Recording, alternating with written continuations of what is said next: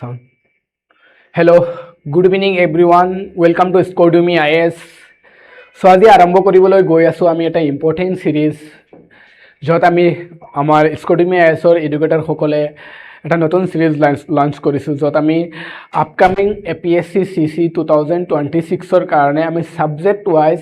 এটা বছৰৰ যিমানখিনি কাৰেন্ট অ্যাফেয়াৰ্স আছে আমি সাবজেক্ট ওয়াইজ কেটামান ভিডিওৰ থ্ৰু দি কিনে এনালাইজ কৰিম আৰু যেটো এটা আমাৰ ৰিভিজন সিৰিজ হ'ব যত আমি এপ্ৰিল 2025 ৰ পৰা আৰম্ভ কৰি কিনে বৰ্তমান মানে 2025 ৰ ডিসেম্বৰ মাহলৈকে এইকেটা মাহৰ আমি ইন্ডিয়ান পলিটিৰ মই সিৰিজটো আৰম্ভ কৰি আছো ইন্ডিয়ান পলিটিৰ ইম্পৰ্টেন্ট কাৰেন্ট অ্যাফেয়াৰ্স টপিকখিনি ডিসকাস কৰিম সো এটোৰ মই আজি পাৰ্ট 1 আৰম্ভ কৰিছো আৰু দুটা ভিডিও তিনটা পাৰ্টত মই গুটেইখিনি এপ্ৰিলৰ পৰা আৰম্ভ কৰি কিনে ডিসেম্বৰ মাহৰ যোৱা বছৰৰ আমি কাৰেন্ট অ্যাফেয়াৰ্স খিনি ডিসকাস কৰিম যিখিনি আপকামিং APSC CC 2026 ৰ কাৰণে ইম্পৰ্টেন্ট যত দেখা পাম আমি ম্যাক্সিমাম বহুত কোৱেশ্চন আমি যাতে কমন পেলাব পাৰো আৰু যত আমি কোৱেশ্চন খিনি ভালকে ডিটেক্ট কৰিব পাৰো সেই কাৰণে আজি আৰম্ভ কৰি আছো আমি ইন্ডিয়ান পলিটিৰ current affairs from April to December 2025 last বছৰৰ এপ্ৰিল মাহৰ পৰা ডিসেম্বৰ মাহলৈকে যত আজি আমি ডিসকাস কৰিম পাৰ্ট 1 ৰ যিখিনি টপিক লৈ আছো এইখিনি ডিসকাস কৰিম এনেকা ইন্ডিয়ান পলিটি নিচিনা Indian geography world geography Indian ইকোনমিৰ পৰা আৰম্ভ কৰি কিনে ইন্ডিয়ান হিষ্ট্ৰী আসাম পেপাৰৰ গুটেখিনি বস্তু আমি পাৰ্ট ওয়াইজ সাবজেক্ট ওয়াইজ আমি যোৱা বছৰৰ গুটে কাৰেন্ট অ্যাফেয়াৰ্স খিনি ডিসকাস কৰিম যিখিনি আমাৰ এক্সামত বা আপকামিং যেটো প্ৰিলিমছ আহি আছে প্ৰিলিমছৰ এক্সামৰ কাৰণে সবতকে বেনিফিশিয়াল হ'ব এক্সামত খুদি দিব এনেকা কোৱেশ্চন খুদিব পাৰে বা এনেকা কোৱেশ্চন অলৰেডি খুদি আছে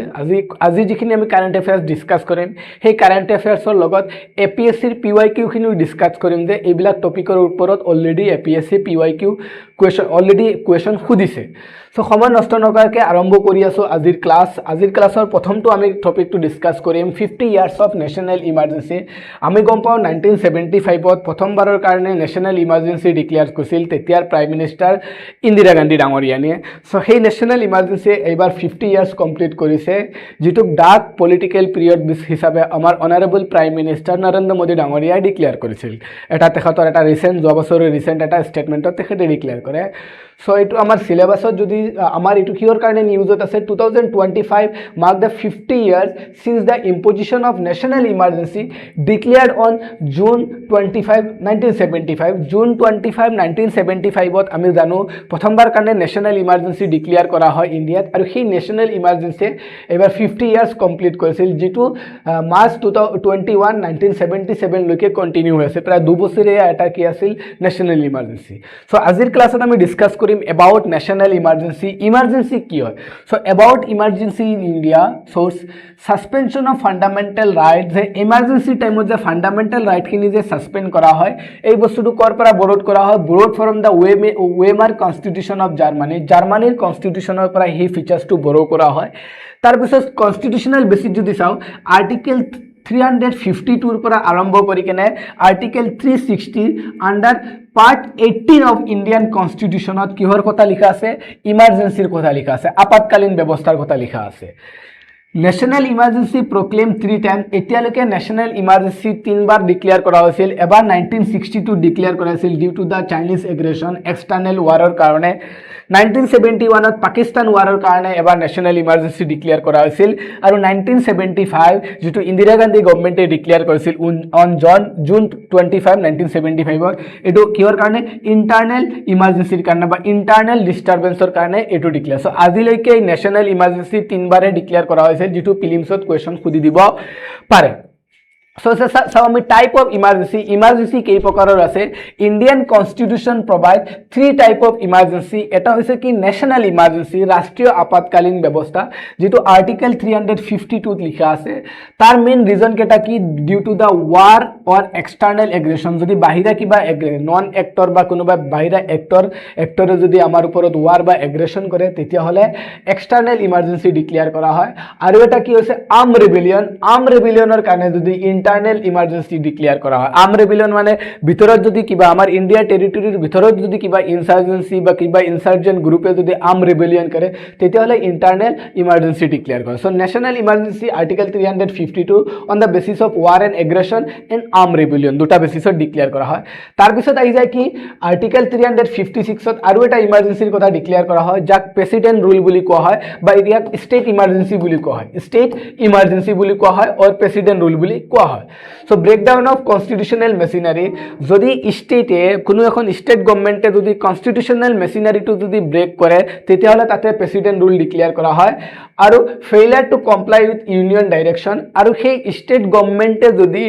সেন্ট্ৰেল গভৰ্নমেণ্টৰ যিখিনি ডাইৰেকশ্যন আছে আণ্ডাৰ সেন্টাৰ ষ্টেট ৰিলেশ্যন সেই ডাইৰেকশ্যনখিনি যদি ফুলফিল কৰিব নোৱাৰে তেতিয়া সেই ষ্টেটখনৰ ওপৰত ষ্টেট ইমাৰ্জেঞ্চি বা প্ৰেসিডেন্ট ৰুল লগোৱা হয় যিটো আৰ্টিকেল 356 লিখা আছে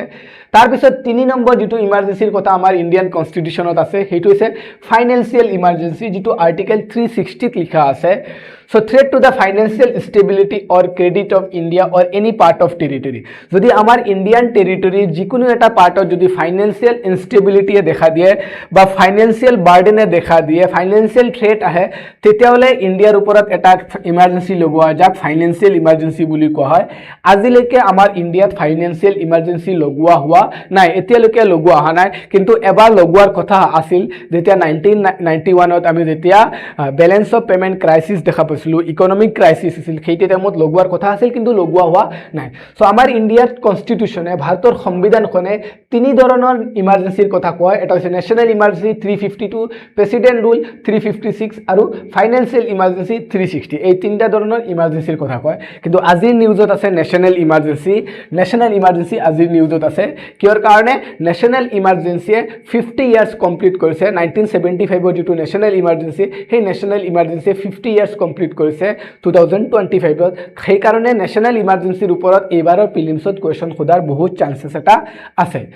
সো যদি দেখা পাও ন্যাশনাল ইমার্জেন্সির উপরত বহুত কেটামান এমেন্ডমেন্ট আহিছিল মেজর কনস্টিটিউশনাল এমেন্ডমেন্ট সংবিধান বহুত সংশোধন করা হয় ফর দ্য ন্যাশনাল ইমার্জেন্সির কারণে আর কিছুমান আমি রিফর্মসও দেখা পোৱা যায় ন্যাশনাল ইমার্জেন্সির কারণে সো তারে 38 এমেন্ডমেন্ট যেটো আছিল সেই 38 এমেন্ডমেন্টত কি করা হয়েছিল 38 কনস্টিটিউশনাল এমেন্ডমেন্ট সংবিধান সংশোধনত কোৱা হৈছিল যে ন্যাশনাল যেটো ইমাৰ্জেন্সি আছে সেই ইমাৰ্জেন্সিটো পাৰ্লিয়ামেন্টে ডিক্লেয়াৰ কৰিব পাৰে আৰু সেই ইমাৰ্জেন্সিটো জুডিশিয়াল ৰিভিউৰ পৰা বাহিৰত ৰখা হৈছিল সো ন্যাশনাল ইমাৰ্জেন্সি পাৰ্লিয়ামেন্টে ডিক্লেয়াৰ কৰিলে বা কেবি ইউনিয়ন এক্সিকিউটিভে ডিক্লেয়াৰ কৰিলে তাতে জুডিশিয়াৰিয়ে যাতে ইন্টাৰফেয়াৰ কৰিব নোৱাৰে সেই কাৰণে তাৰ ওপৰত জুডিশিয়াল ৰিভিউ লগোৱা হৈছিল সেকেন্ড তাৰ পিছত দেখা পাও 39 এমেন্ডমেন্ট আহিব তাতে পাৰ্লিয়ামেন্টে কৈছে parliament empower to decide election related dispute to decide কৰিবৰ কাৰণে 39 আহিছিল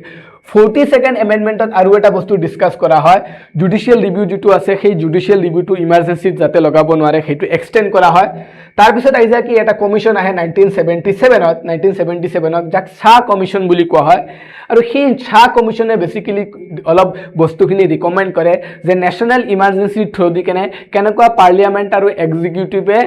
কনস্টিটিউশনাল মেচিনাৰী যেটো ন্যাশনাল ইমাৰ্জেন্সিক এজ এ কনস্টিটিউশনৰ ওপৰত এবিউজ কৰি আছে এক্সিকিউটিভে কেনেকা ন্যাশনাল ইমাৰ্জেন্সিক এবিউজ কৰি আছে সেই বস্তুখিনি শাহ কমিশনে ৰিকমেন্ড দিয়ে আৰু সেই শাহ কমিশনৰ ৰিকমেন্ড মতে আমি দেখা পাও 1978ত এটা এমেন্ডমেন্ট আহে আন্ডাৰ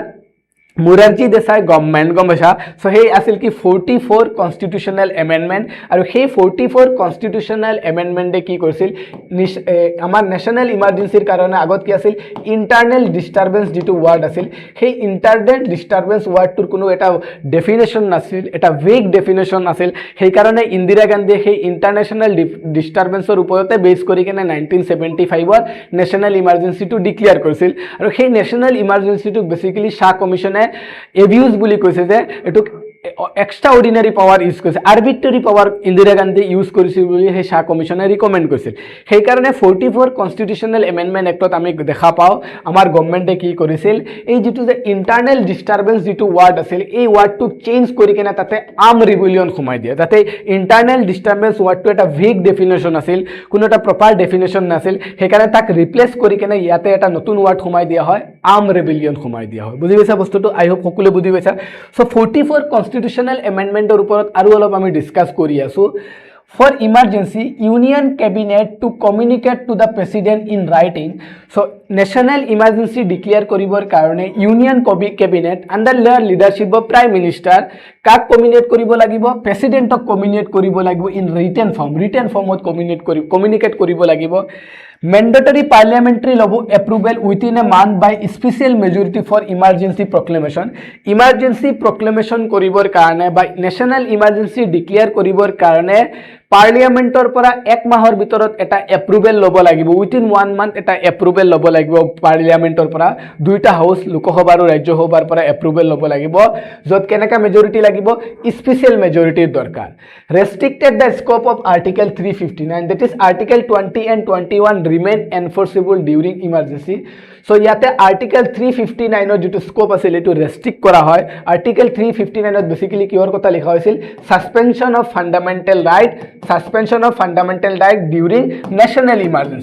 ইমাৰ্জেন্সি টাইমত ফান্ডামেন্টাল ৰাইট বিলা কি কৰি দিয়া হয় সাসপেন্ড কৰি দিয়া হয় যাতে মানুহে ফান্ডামেন্টাল ৰাইট এনজয় কৰিব নোৱাৰে ইমাৰ্জেন্সি টাইমত সো সেই স্কোপটো ইয়াতে কি কৰা দিয়া অলপ ৰেষ্ট্ৰিক্ট কৰি দিয়া হয় আৰু 44 কনস্টিটিউশনাল এমেন্ডমেন্ট এক্টে কি কয় যে ইমাৰ্জেন্সি টাইমতো আৰ্টিকল 20 আৰু আৰ্টিকল 21 টু কি থাকিব কন্টিনিউ চলি থাকিব এই দুটা আৰ্টিকল সাসপেন্ড কৰিব পৰা না যাব আৰু আৰ্টিকল 358 ত কি লিখা আছে আৰ্টিকল 358 ত কৈছে automatically suspended right under article 19 or under jiketa right ase ei keta only for emergency imposed due to the war and external aggression jodi war aru external aggression or karone jodi national emergency declare kora hoy tetia hole ki koribo para jabo article 19 to automatically ki hoi jabo suspend kora hobo under article 358 মানে এটা ৰিজনৰ কাৰণে article 19 to automatically suspend হ'ব বাকি internal disturbance যেটো আছিল যাক arm rebellion হিচাপে নতুনকে নাম দিছে সেই আর্ম rebellionৰ কাৰণে article 358 ৰ আন্ডাৰত এই আৰ্টিকল 19 ৰ যেটো ফান্ডামেন্টাল রাইট সেই fundamental right to automatically suspend নহব গমছে বস্তুটো only for war and external এগ্ৰেশনৰ কাৰণে আৰ্টিকল 19 টু অটোমেটিক্যালি সাসপেন্ড হ'ব এইখিনি বস্তু 44 কনস্টিটিউশনাল এমেন্ডমেন্ট এক্টত এমেন্ড কৰা হয় omitted the right to property as fundamental right and made it constitutional right under article ito asil beleg kisuman features asil so ekhini beleg asil so jodi ami national emergency related jodi sao article 44 constitutional amendment act 1978 e bahut keta man changes loi asil jate amar union cabinet mane prime minister e president or para written advice বা communicate কৰিব লাগিব তাৰ পিছত পাৰ্লিয়ামেন্টৰ পৰা both হাউসৰ পৰা special মেজৰিটিত এক মাহৰ ভিতৰত এপ্ৰুভেল ল'ব লাগিব আৰু আৰ্টিকল 359 ৰ যে ফান্ডামেন্টাল ৰাইটৰ সাসপেনশনৰ কথা হয় ডিউৰিং ন্যাশনাল ইমাৰ্জেন্সি সেই সাসপেনশনটো মেজৰিটি ফান্ডামেন্টাল ৰাইট সাসপেন্ড হৈ যাব কিন্তু আৰ্টিকল 20 আৰু 21 টো সাসপেন্ড কৰিব পৰা না যাব ন্যাশনাল ইমাৰ্জেন্সি টাইমত মানে এটো কন্টিনিউ চলি থাকিব বাকি আৰ্টিকল 358 ত যে লিখা আছে আৰ্টিকল 19 যে ৰাইট টু ফ্ৰিডম ছটা ফ্ৰিডমৰ কথা কোৱা হয় সেই ছটা ফ্ৰিডম বা article 19 to only war and এগ্ৰেশনৰ কাৰণে যদি ন্যাশনাল ইমাৰ্জেন্সি ডিক্লেয়াৰ কৰা হয় তেতিয়া হলে অটোমেটিক্যালি সাসপেন্ড হ'ব বাকি ক্ষেত্ৰত অটোমেটিক্যালি সাসপেন্ড নহব মনত ৰাখিবা এইখিনি বস্তু আছিল কি ন্যাশনাল ইমাৰ্জেন্সিৰ কাৰণ 44 কনস্টিটিউশনাল এমেন্ডমেন্ট এক্টত এইখিনি বস্তু ডিক্লেয়াৰ কৰা হয় তাৰ পিছত যদি চাও term of Lok Sabha jo is back to 5 years from 6 years by amending article 83 and article 172 Lok Sabha term to ki koisal 5 বছৰৰ পৰা 6 বছৰলৈকে ইনক্ৰিজ কৰা এটা এমেন্ডমেন্ট কৰা হয় আৰু জুডিশিয়াল ৰিভিউ টু ৰিস্টোৰ কৰা হয় যে আমি দেখা পাইছিলো 39 কনস্টিটিউশনাল এমেন্ডমেন্ট এক্টত বেসিক্যালি কি কৰাছিল জুডিশিয়াল ৰিভিউ যেটো আছিল সেই জুডিশিয়াল ৰিভিউটো ইয়াতে কি কৰি দিয়া হয় ক্যান্সেল কৰি দিয়া হৈছিল যাতে পাৰ্লিয়ামেন্টাৰী এপ্ৰুভেল ল'ব নালাগে আৰু তাতে জুডিশিয়াৰি তাৰ ৰিভিউ ল'ব নোৱাৰে 39 কনস্টিটিউশনাল বা 38 কনস্টিটিউশনাল এমেন্ডমেন্ট এক্টত সেই বস্তুখিনি লোৱা হৈছিল সো ইয়াতে বেসিক্যালি সেই বস্তুখিনি চেঞ্জ কৰা হৈছিল চেঞ্জ কৰি কিনে কি কৰা হৈছিল জুডিশিয়াল ৰিভিউটো আকৌ ৰিস্টোৰ কৰা হয় যে এক্সিকিউটিভ বা পাৰ্লিয়ামেন্টে যদি ন্যাশনাল ইমাৰ্জেন্সি টু যদি ডিক্লেয়াৰ কৰে তেতিয়া হলে সেই ন্যাশনাল ইমাৰ্জেন্সিৰ ওপৰত সুপ্ৰিম কোৰ্টে বা জুডিশিয়াৰি কি কৰিব পাৰিব জুডিশিয়াল ৰিভিউ লগাব পাৰিব সেই বস্তুটো আকৌ ৰিস্টোৰ কৰা হয় 44 কনস্টিটিউশনাল এমেন্ডমেন্ট এক্টৰ আন্ডাৰত আই হোপ সকলোৱে বুজি পাইছা সো প্ৰথমটো টপিক আমি ইয়াতে ডিসকাস কৰিলো কি ন্যাশনাল ইমাৰ্জেন্সি 50 বছৰ হৈ গল আমাৰ ন্যাশনাল ইমাৰ্জেন্সি 1975 আৰু এই ন্যাশনাল ইমাৰ্জেন্সি বেসিক্যালি কি হয় তিনটা ধৰণৰ ইমাৰ্জেন্সি আছে এটা দেখিছো আমি ন্যাশনাল ইমাৰ্জেন্সি প্ৰেসিডেন্ট ৰুল আৰু এটা আছে ফাইনান্সিয়াল ইমাৰ্জেন্সি আৰু ন্যাশনাল ইমাৰ্জেন্সি আমি বেসিক্যালি দেখা পাও বহুত কেইবাৰ মান এমেন্ডমেন্ট কৰা হয় আৰু 44 কনস্টিটিউশনাল এমেন্ডমেন্টৰ থ্ৰু দি কিনে এই ন্যাশনাল ইমাৰ্জেন্সিক বেসিক্যালি অলপ চেঞ্জ কৰা হৈছিল আৰু ইয়াতে মই ন্যাশনাল ইমাৰ্জেন্সি একদম ভিতৰত ডেপথত সোমাই কেনে এনালাইজ কৰা নাই সেইখিনি আই হোপ তোমালোকে ইন্ডিয়ান পলিটিৰ ক্লাছত অলৰেডি কভাৰ কৰিছা স্ট্যাটিক পোৰশনত তোমালোকে অলৰেডি কভাৰ কৰিছা জাস্ট মই কিছুমান এক্সট্ৰা ডাটা ইয়াতে পুট কৰিছো যাতে তোমালোকৰ এক্সামত যদি প্ৰিলিমছত কোৱেশ্চন আহে সেইবিলাক ডাটাৰ পৰা এইবিলাক বস্তুৰ পৰা তোমালোকে ভ্যালু এডিশন হ'ব পাৰে গমছা বস্তু যাতে এটাও স্টেটমেন্ট তোমালোকে পাহৰি নোযোৱা so moving to the next topic office of the vice president এইবাৰ এই office of the vice president বা ভাইস প্ৰেসিডেন্টৰ যেটো ডেজিগনেশন আছে এইটো এইবাৰ নিউজত আছে So why in the news recently CP Radhakrishnan elected as the 15th Vice President of India monot rakhiba examot khudibo pare 15th Vice President of India election procedure of the Vice President of India Vice President of India keneka election hoy so tar karone nomination or darkar required 20 proposer Vice President or election or jitu nomination dia hoy kono ejon candidate jodi nomination dibo lage সেই nominationত 20 proposer lagibo aru 20 seconder lagibo aru tare 15,000 RBI কি কৰিব লাগিব deposit কৰি ৰাখিব Reserve Bank of India through the কিনে কি কৰিব লাগিব এটা বন্ড বনাই কিনে ডিপোজিট কৰিব লাগিব সো মনত ৰাখিবা ভাইস প্ৰেসিডেন্টৰ ইলেকশনৰ যেটো নমিনেশন দিয়া হয় কোনোবা এজনৰ যদি নমিনেশন দিয়ে তেতিয়ালে তেখেতৰ 20 জন প্ৰপোজাল লাগিব 20 জন সেকেন্ডাৰ লাগিব আৰু তেখেতে 15,000 টকা ডিপোজিট কৰিব লাগিব আৰু ভোটিংটো যদি চাও কন্ডাক্টেড ইন পাৰ্লিয়ামেন্ট হাউস ভোটিংটো কত হ'ব পাৰ্লিয়ামেন্টত কন্ডাক্ট কৰা হয়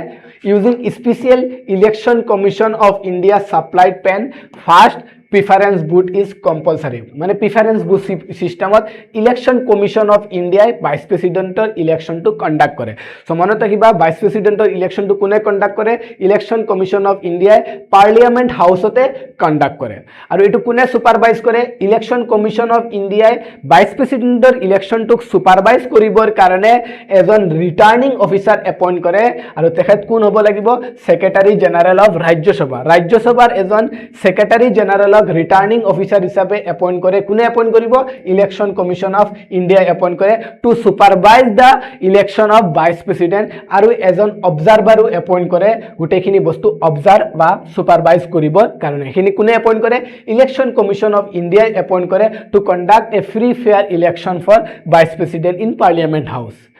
So যদি চাও আমি ইয়াতে কে safeguard following the election provision of anti defection law are not applicable vice প্ৰেসিডেন্টৰ ইলেকশনত এন্টি ডিফেকশন লটো এপ্লিকেবল নহয় কিয়ৰ কাৰণে এপ্লিকেবল নহয় কাৰণ এমপি বিলাকে ভাইস প্ৰেসিডেন্টৰ ইলেকশনত যে ভোট দিয়ে সেই ভোটিংটো বেসিক্যালি কেনেকা ভোটিং হয় সিক্রেট ব্যালট ভোটিং হয় যে কোনে গম নাপায় কোনে কাক ভোট দি আছে সিক্রেট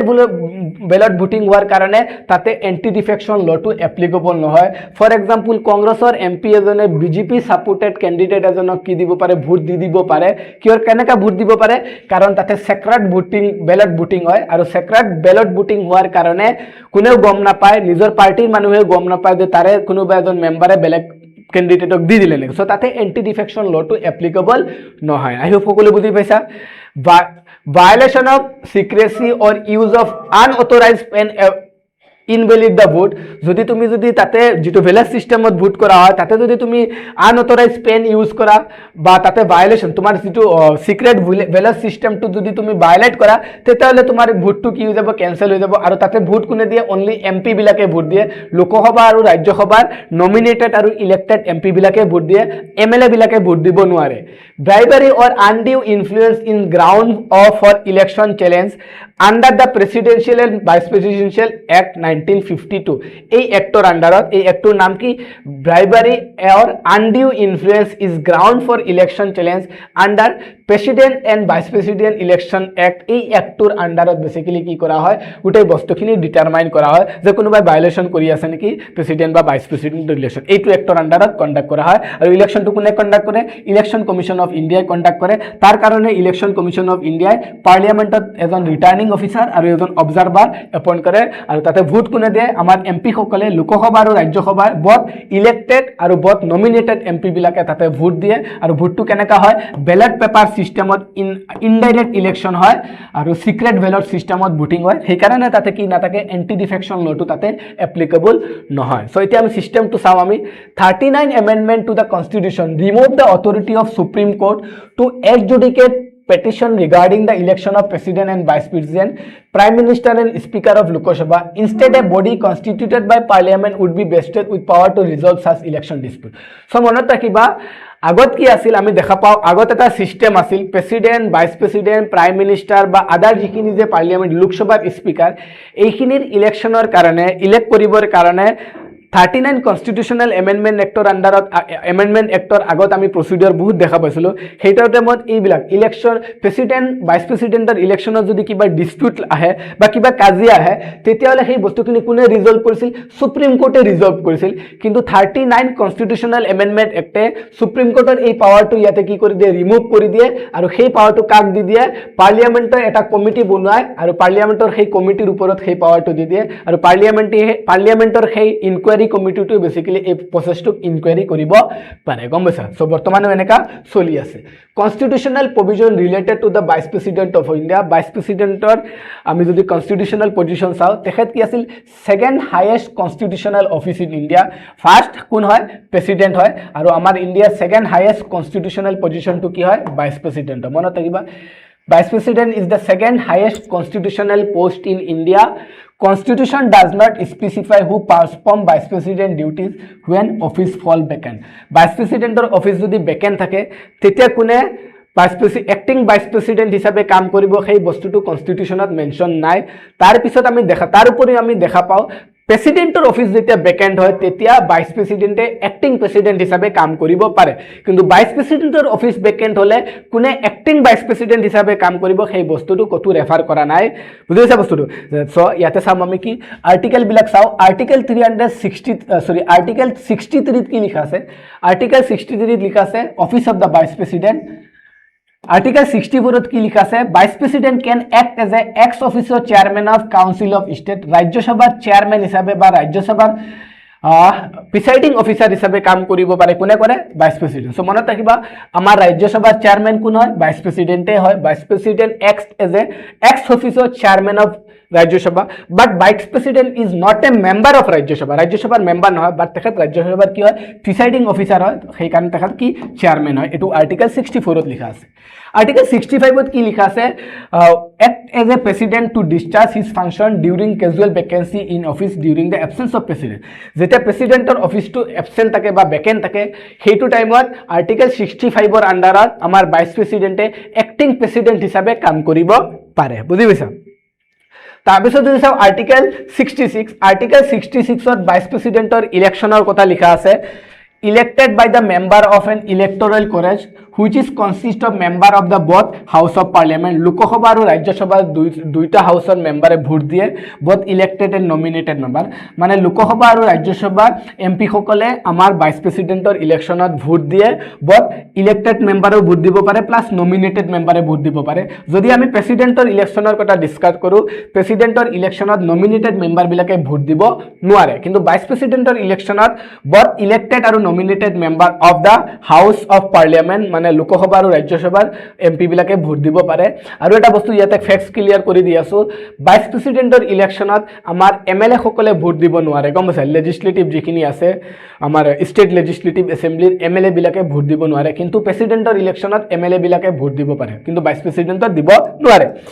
সিস্টেম অফ প্রপোর্শন কেনেকা ইলেকশন হয় কোনটো সিস্টেমত হয় proportional representation by means of single transferable vote and secret ballot system of voting হয় আৰু এটো এটা কেনেকা সিস্টেম ইনডাইরেক্ট ভোটিং এর এটা ইনডাইরেক্ট ইলেকশনের এটা সিস্টেম ইনডাইরেক্ট ইলেকশন এটা ডাইরেক্ট ইলেকশন হয় ইনডাইরেক্ট ইলেকশন হয় কেনেকা সিস্টেম হয় proportional representation by means of single transferable vote মানে প্রিফারেন্স ওয়াইজত ভোট দিয়া হয় মানে এজন এমপি যদি 4 জন ক্যান্ডিডেট থাকে 4 জন ক্যান্ডিডেটকে ভোট দিব পাৰিব first preference second preference third preference fourth preference এনেকা প্রিফারেন্স বেসিছত ভোট দিয়া হয় যাক proportional representation by means of single transferable vote বুলি কোৱা হয় আৰু এটো সিক্ৰেট ব্যালট সিস্টেমত ভোটিং হয় যাৰ কাৰণে ইয়াতে এন্টি ডিফেকশন না লাগে এমপি বিলাকৰ ওপৰত value of every vote cast in vice president election has same vice প্ৰেসিডেন্টৰ ইলেকশ্যনত যিমান এমপিয়ে ভোট দি আছে সকলো এমপিৰ ভোট লাগিলে সি লোকসভাৰ পৰা হওক ৰাজ্যসভাৰ পৰা হওক সকলো এমপিৰ ভোটৰ ভ্যালু সমান থাকে আনলাইক প্ৰেসিডেন্টৰ ইলেকশ্যনত আমি দেখা পাওঁ সকলো এমপিৰ ভ্যালুবিলাক বেলেগ বেলেগ থাকে ইভেন এমএলএ বিলাকৰ ভোটৰ ভ্যালু বেলেগ বেলেগ থাকে অসমৰ এমএলএ এজনে যদি ভোট দিয়ে আৰু উত্তৰ প্ৰদেশৰ এমএলএ এজনে যদি ভোট দিয়ে আমাৰ অসমৰ এমএলএৰ ভোটৰ যিটো ভ্যালু আৰু উত্তৰ প্ৰদেশৰ এমএলএৰ ভোটৰ যিটো ভ্যালু হ'ব সেই ভ্যালুটো সমান নাথাকে বেলেগ বেলেগ থাকে সেই ভ্যালুটো পপুলেশ্যনৰ ওপৰত বেছ কৰি কেনে ভ্যালুটো ফাইন উলোৱা হয় কিন্তু ভাইস প্ৰেসিডেন্টৰ ইলেকশ্যনত আমি দেখা পাওঁ যিমান কেইজন লোকসভা ৰাজ্যসভাৰ যিমান কেইজন এমপিয়ে ভোট দি আছে সকলো এমপিৰ ভোটৰ ভ্যালু সমান থাকে আৰু সেই ভ্যালুটো কিমান এক থাকে এজন এমপিৰ ভ্যালু এটা 1 থাকে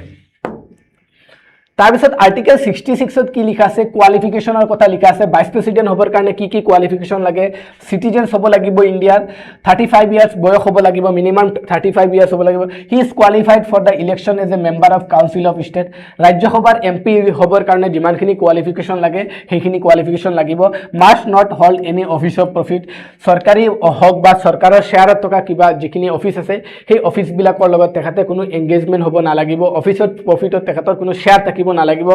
সো এইখিনি তেখেতৰ কোৱালিফিকেশন হ'ব লাগিব আৰ্টিকেল 67ত বেসিক্যালি কিহৰ কথা কোৱা হয়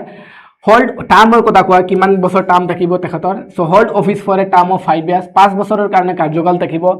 তাৰপিছত আৰ্টিকেল 67ত আৰু এটা বস্তু লিখা হয় 67(1)ত বেসিক্যালি লিখা হয় 67(1)ত অফিসৰ টাৰ্মৰ কথা লিখা হয় hold office in 5 years term 67(2)ত কি লিখা আছে resign by submitting a written resignation to প্ৰেসিডেন্টক তেখেতে নিজৰ ৰেজিগনেশ্যন লেটাৰ দিব পাৰে যেনেকৈ আমি দেখা পাইছিল কেইদিন আগত আমাৰ অনাৰেবল ভাইস প্ৰেসিডেন্ট ডাঙৰীয়া কি কৰিছিল ৰেজিগনেশ্যন দিছিল কেইদিন আগত তাৰ পিছত এই নতুনকৈ ইলেকশ্যন হৈছিল সো ৰেজিগনেশ্যন দিব পাৰে আৰ্টিকেল 67 ক্লোজ টু আন্ডাৰত আমাৰ ভাইস প্ৰেসিডেন্টে ৰেজিগনেশ্যন লেটাৰ দিব পাৰে কাক দিব পাৰে প্ৰেসিডেন্টক ৰেজিগনেশ্যন লেটাৰ দিয়ে ৰিমুভ বাই ৰাজ্যসভা অন ৰিজল্যুশন আৰু ভাইস প্ৰেসিডেন্টৰ ৰিমুভেলটো কোনে কৰিব পাৰিব অনলি ৰাজ্যসভাই ভাইস প্ৰেসিডেন্টৰ ৰিমুভেল কৰিব পাৰে কিন্তু প্ৰেসিডেন্টৰ ৰিমুভেলটো বহুত লোকসভা আৰু ৰাজ্যসভাই কৰে কিন্তু ভাইস প্ৰেসিডেন্টৰ ৰিমুভেলটো কোনে কৰে ৰাজ্যসভাই কৰে মনত ৰাখিবা ৰিমুভেল ৰিজল্যুশনটো কোনে কৰিব লাগে Rajya Sabha so removal by Rajya Sabha resolution passed by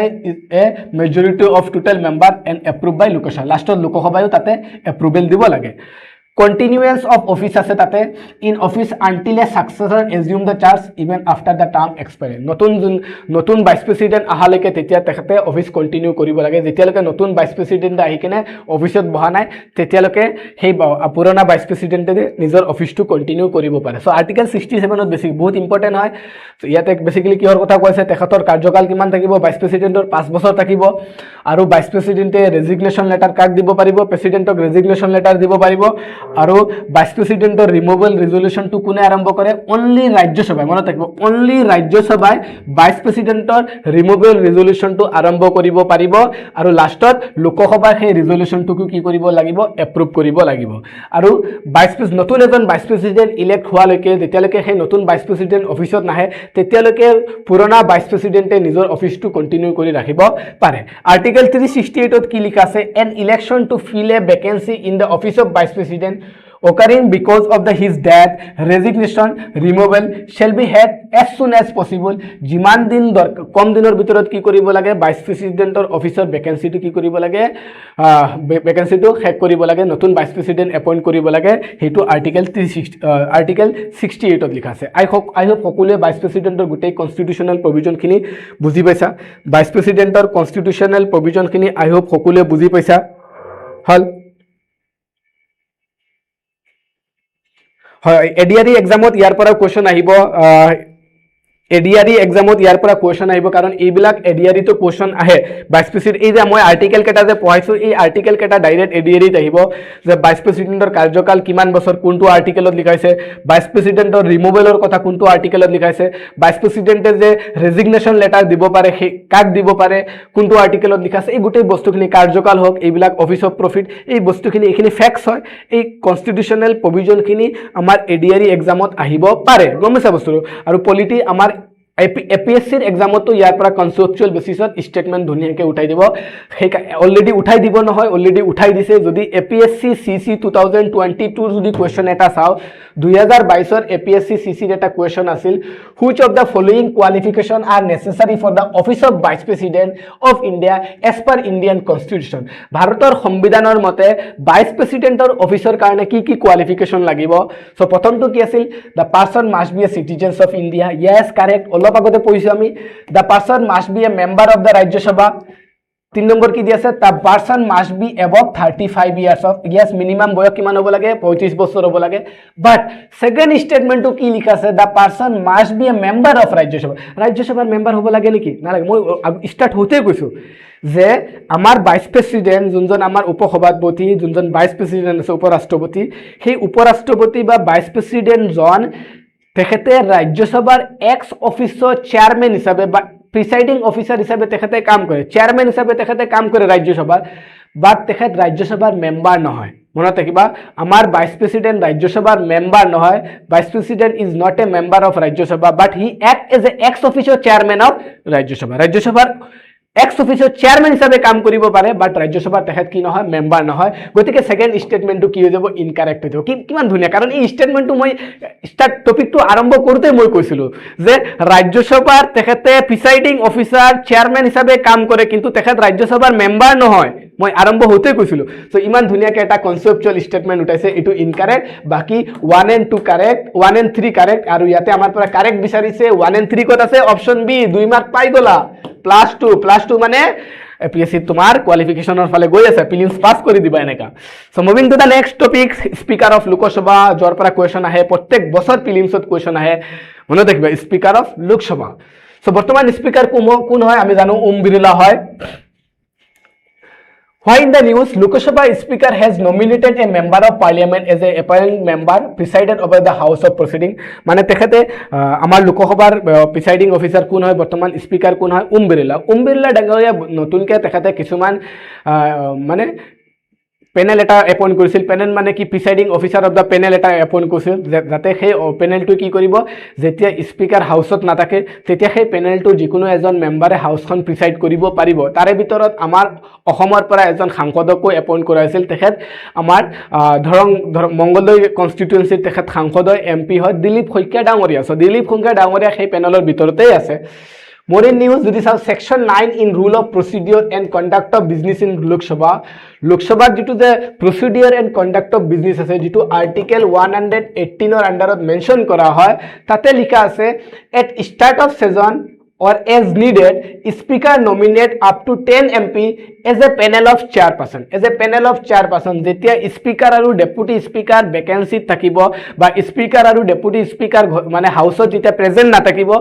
এই 10জন MP যিটো পেনেল অফ চেয়াৰপাৰ্চনে হাউচক প্ৰিসাইড কৰিব পাৰিব। এইটো কোনটো? আৰ্টিকেল 118 আণ্ডাৰত যিটো procedure and conduct of business of Lok Sabha আছে, তাতে মেনশ্যন কৰা আছে সেকশন 9ত।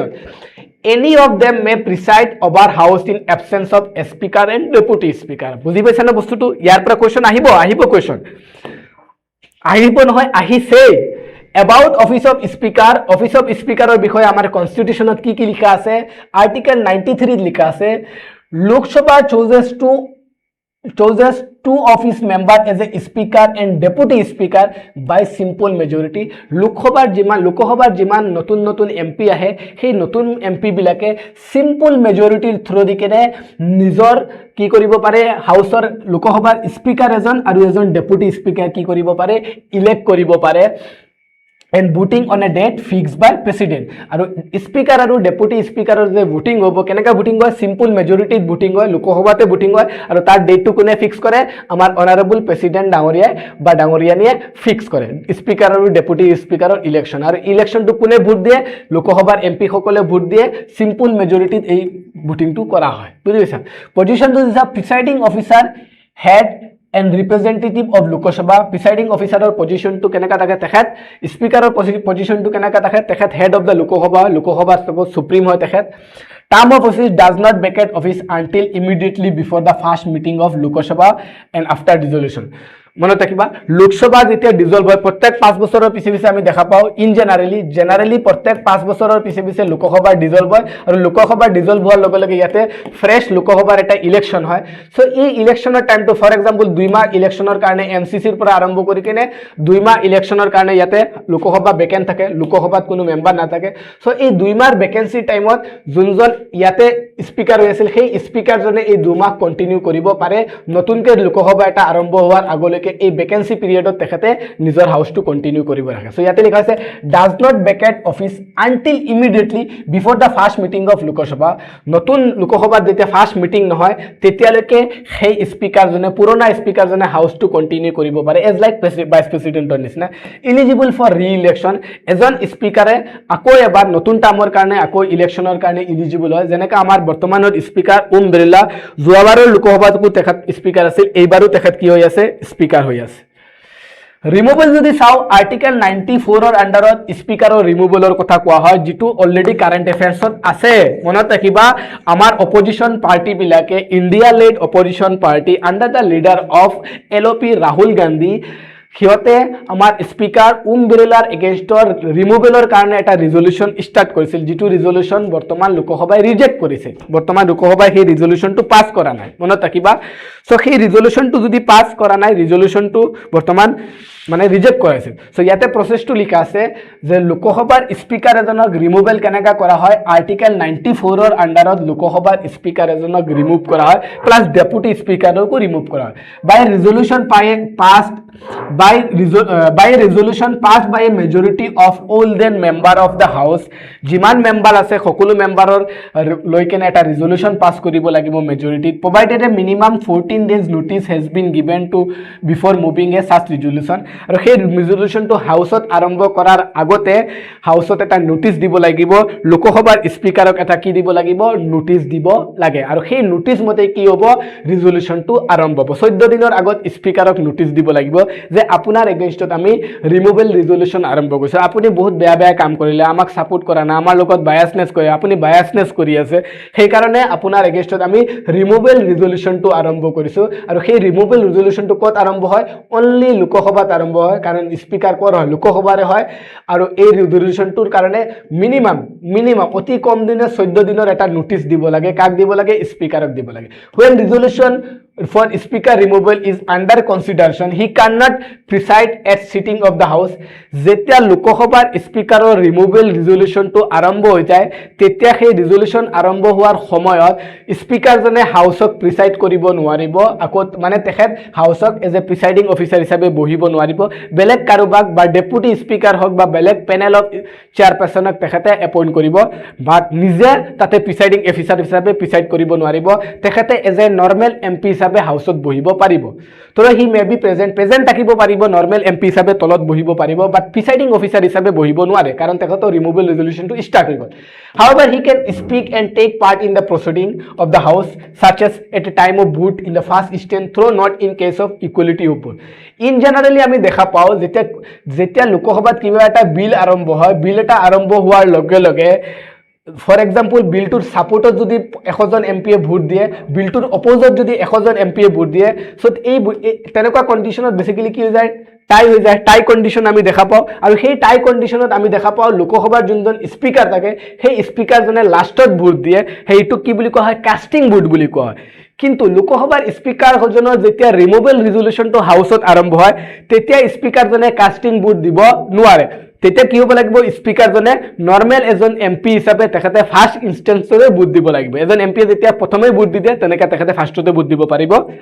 লাষ্টলৈকে তেখেতৰ কাস্টিং ভোটৰ পাৱাৰটো নাথাকে সো এখিনি লিখা আছে however he can speak and take part in the process however house at a time and vote in the first instance তেখেতে ফাৰ্স্ট ইনস্টেন্সত ভোট দিব লাগিব as a normal MP through not in case of any equality vote casting ভোটত তেখেতে পাৰ্টিসিপেট কৰিব নোৱাৰে কাৰণ তেখেতৰ কাস্টিং ভোটৰ পাৱাৰটো ইয়াতে নাইকিয়া হৈ যায় সো আই হোপ সকলো বুজি পাইছা ৰিমুভেল এটো নিউজত আছে কাৰেন্ট এফেয়াৰ্সৰ নিউজত আছে এইবাৰ কাৰণ আমাৰ স্পিকাৰ ওম বিৰলাৰ এগেইনষ্টত কি লগোৱা আছে ৰিমুভেল ৰিজলিউশনটো স্টাৰ্ট কৰা আছিল যেটো কি হৈ গল ৰিজেক্ট কৰা হ'ল, বাট নিউজত আছে, আহি যাব পাৰে। কৰ ডিউটিজ অফ স্পীকাৰ, স্পীকাৰৰ কি ডিউটিজ আছে? He act as a guardian of the Lok Sabha, লোকসভাৰ এজ এ গাৰ্জিয়ান হিচাপে কাম কৰে। Ensure the protection of right and privilege within house, লোকসভাৰ যিখিনি প্ৰিভিলেজ আছে, লোকসভাৰ যিখিনি ৰাইট আছে চব MP বিলাকৰ, সেইখিনি যাতে এনশ্যোৰ কৰিব পাৰে তাৰ কাৰণে তেখেতে কি কৰে, কাম কৰে। Act as a guardian. Regulatory authority, লোকসভাৰ যিখিনি মেনেজ ৰিলেটেড মেটাৰ আছে, যিখিনি স্পেচিফিক ৰুল আছে, সেই ৰুল ৰেগুলেশ্যনখিনিক তেখেতে ৰেগুলেট কৰে। যেনেকৈ আমি দেখা পাইছিলোঁ procedure and conduct of the house যিটো আছে আৰ্টিকেল 118ৰ আণ্ডাৰত, সেইখিনি তেখেতে ৰেগুলেট কৰে। ডেডলক যিখিনি আছে সেইখিনি ৰিজল্ভ কৰে। Using voting power two brake ties in parliamentary decision, যেতিয়া আমি দেখা পাওঁ টাই ভোট হৈ যায়, মানে ইকুৱেল ভোট দি দিয়ে অপজিশ্যন আৰু ছাপোৰ্টত, যদি দেখা পাওঁ ইকুৱেল ভোট হৈ যায়, তেতিয়া আমাৰ লোকসভাৰ স্পীকাৰে কি কৰে, কাষ্টিং ভোট দিয়ে। ইয়াতে লিখিবা কি দিয়ে, তেখেতে কাষ্টিং ভোট দিয়ে। জইণ্ট ছেছন প্ৰিচাইড কৰে। যেতিয়া আমি দেখা পাওঁ ইন জেনাৰেলি কিছুমান অৰ্ডিনাৰী বিল এণ্ড আদাৰ কিছুমান বিলৰ ক্ষেত্ৰত আমি দেখা পাওঁ, যেতিয়া এই বিলটো লোকসভাই পাছ কৰে বা ৰাজ্যসভাই এপ্ৰুভ নকৰে, বা ৰাজ্যসভাই পাছ কৰিছে লোকসভাই এপ্ৰুভ নকৰে, এনেকুৱা কিছুমান ডেডলক চিটুৱেশ্যনত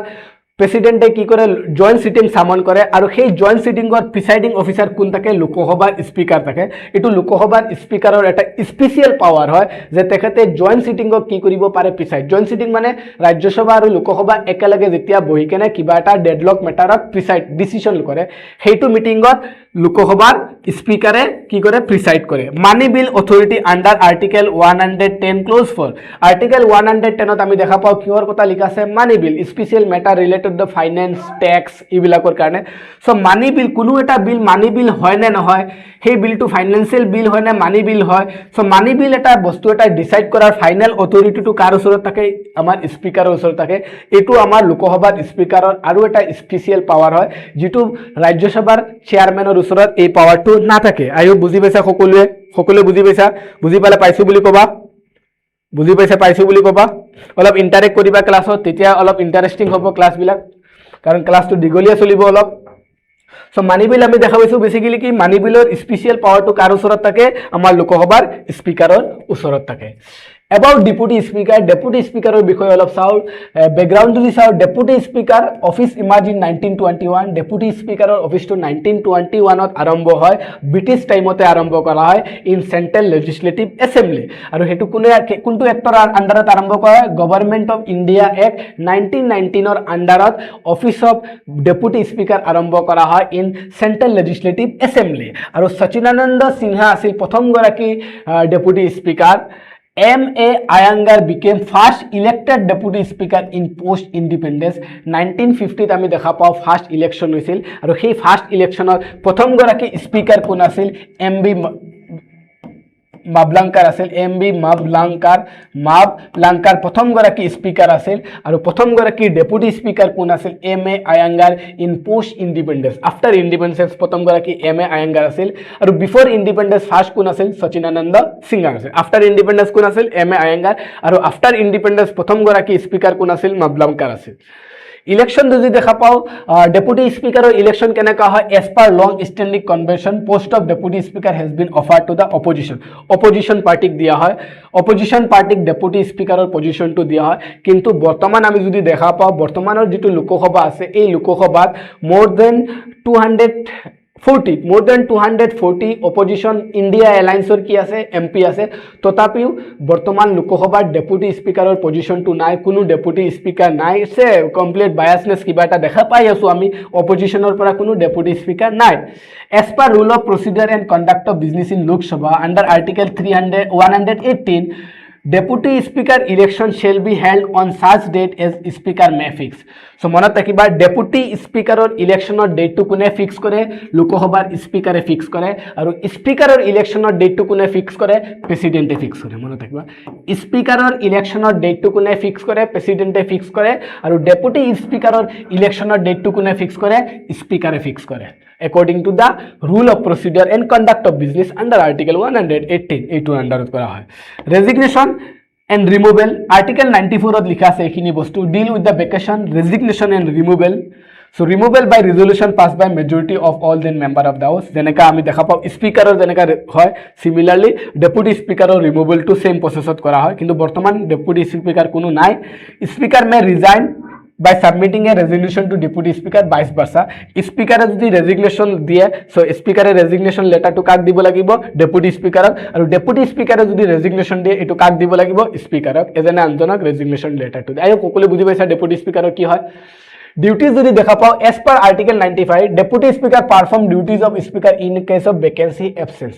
যদি স্পিকাৰ যদি হাউসত প্ৰেজেন্ট না থাকে, ভ্যাকেন্ট থাকে তেখেতৰ অফিস বা তেখেত অ্যাবসেন্স থাকে, তেতিয়া ডেপুটি স্পিকাৰে এজ এ স্পিকাৰ হিচাপে কাম কৰে। Deputy speaker has same power as speaker when presiding over sitting of the house and no appeal lies against his ruling. So মনত ৰাখিবা ডেপুটি স্পিকাৰৰ পাৱাৰটো স্পিকাৰৰ নিচিনা সমান থাকে, ইকুৱেল পাৱাৰ থাকে। সো ইয়াতে APSC 2021 to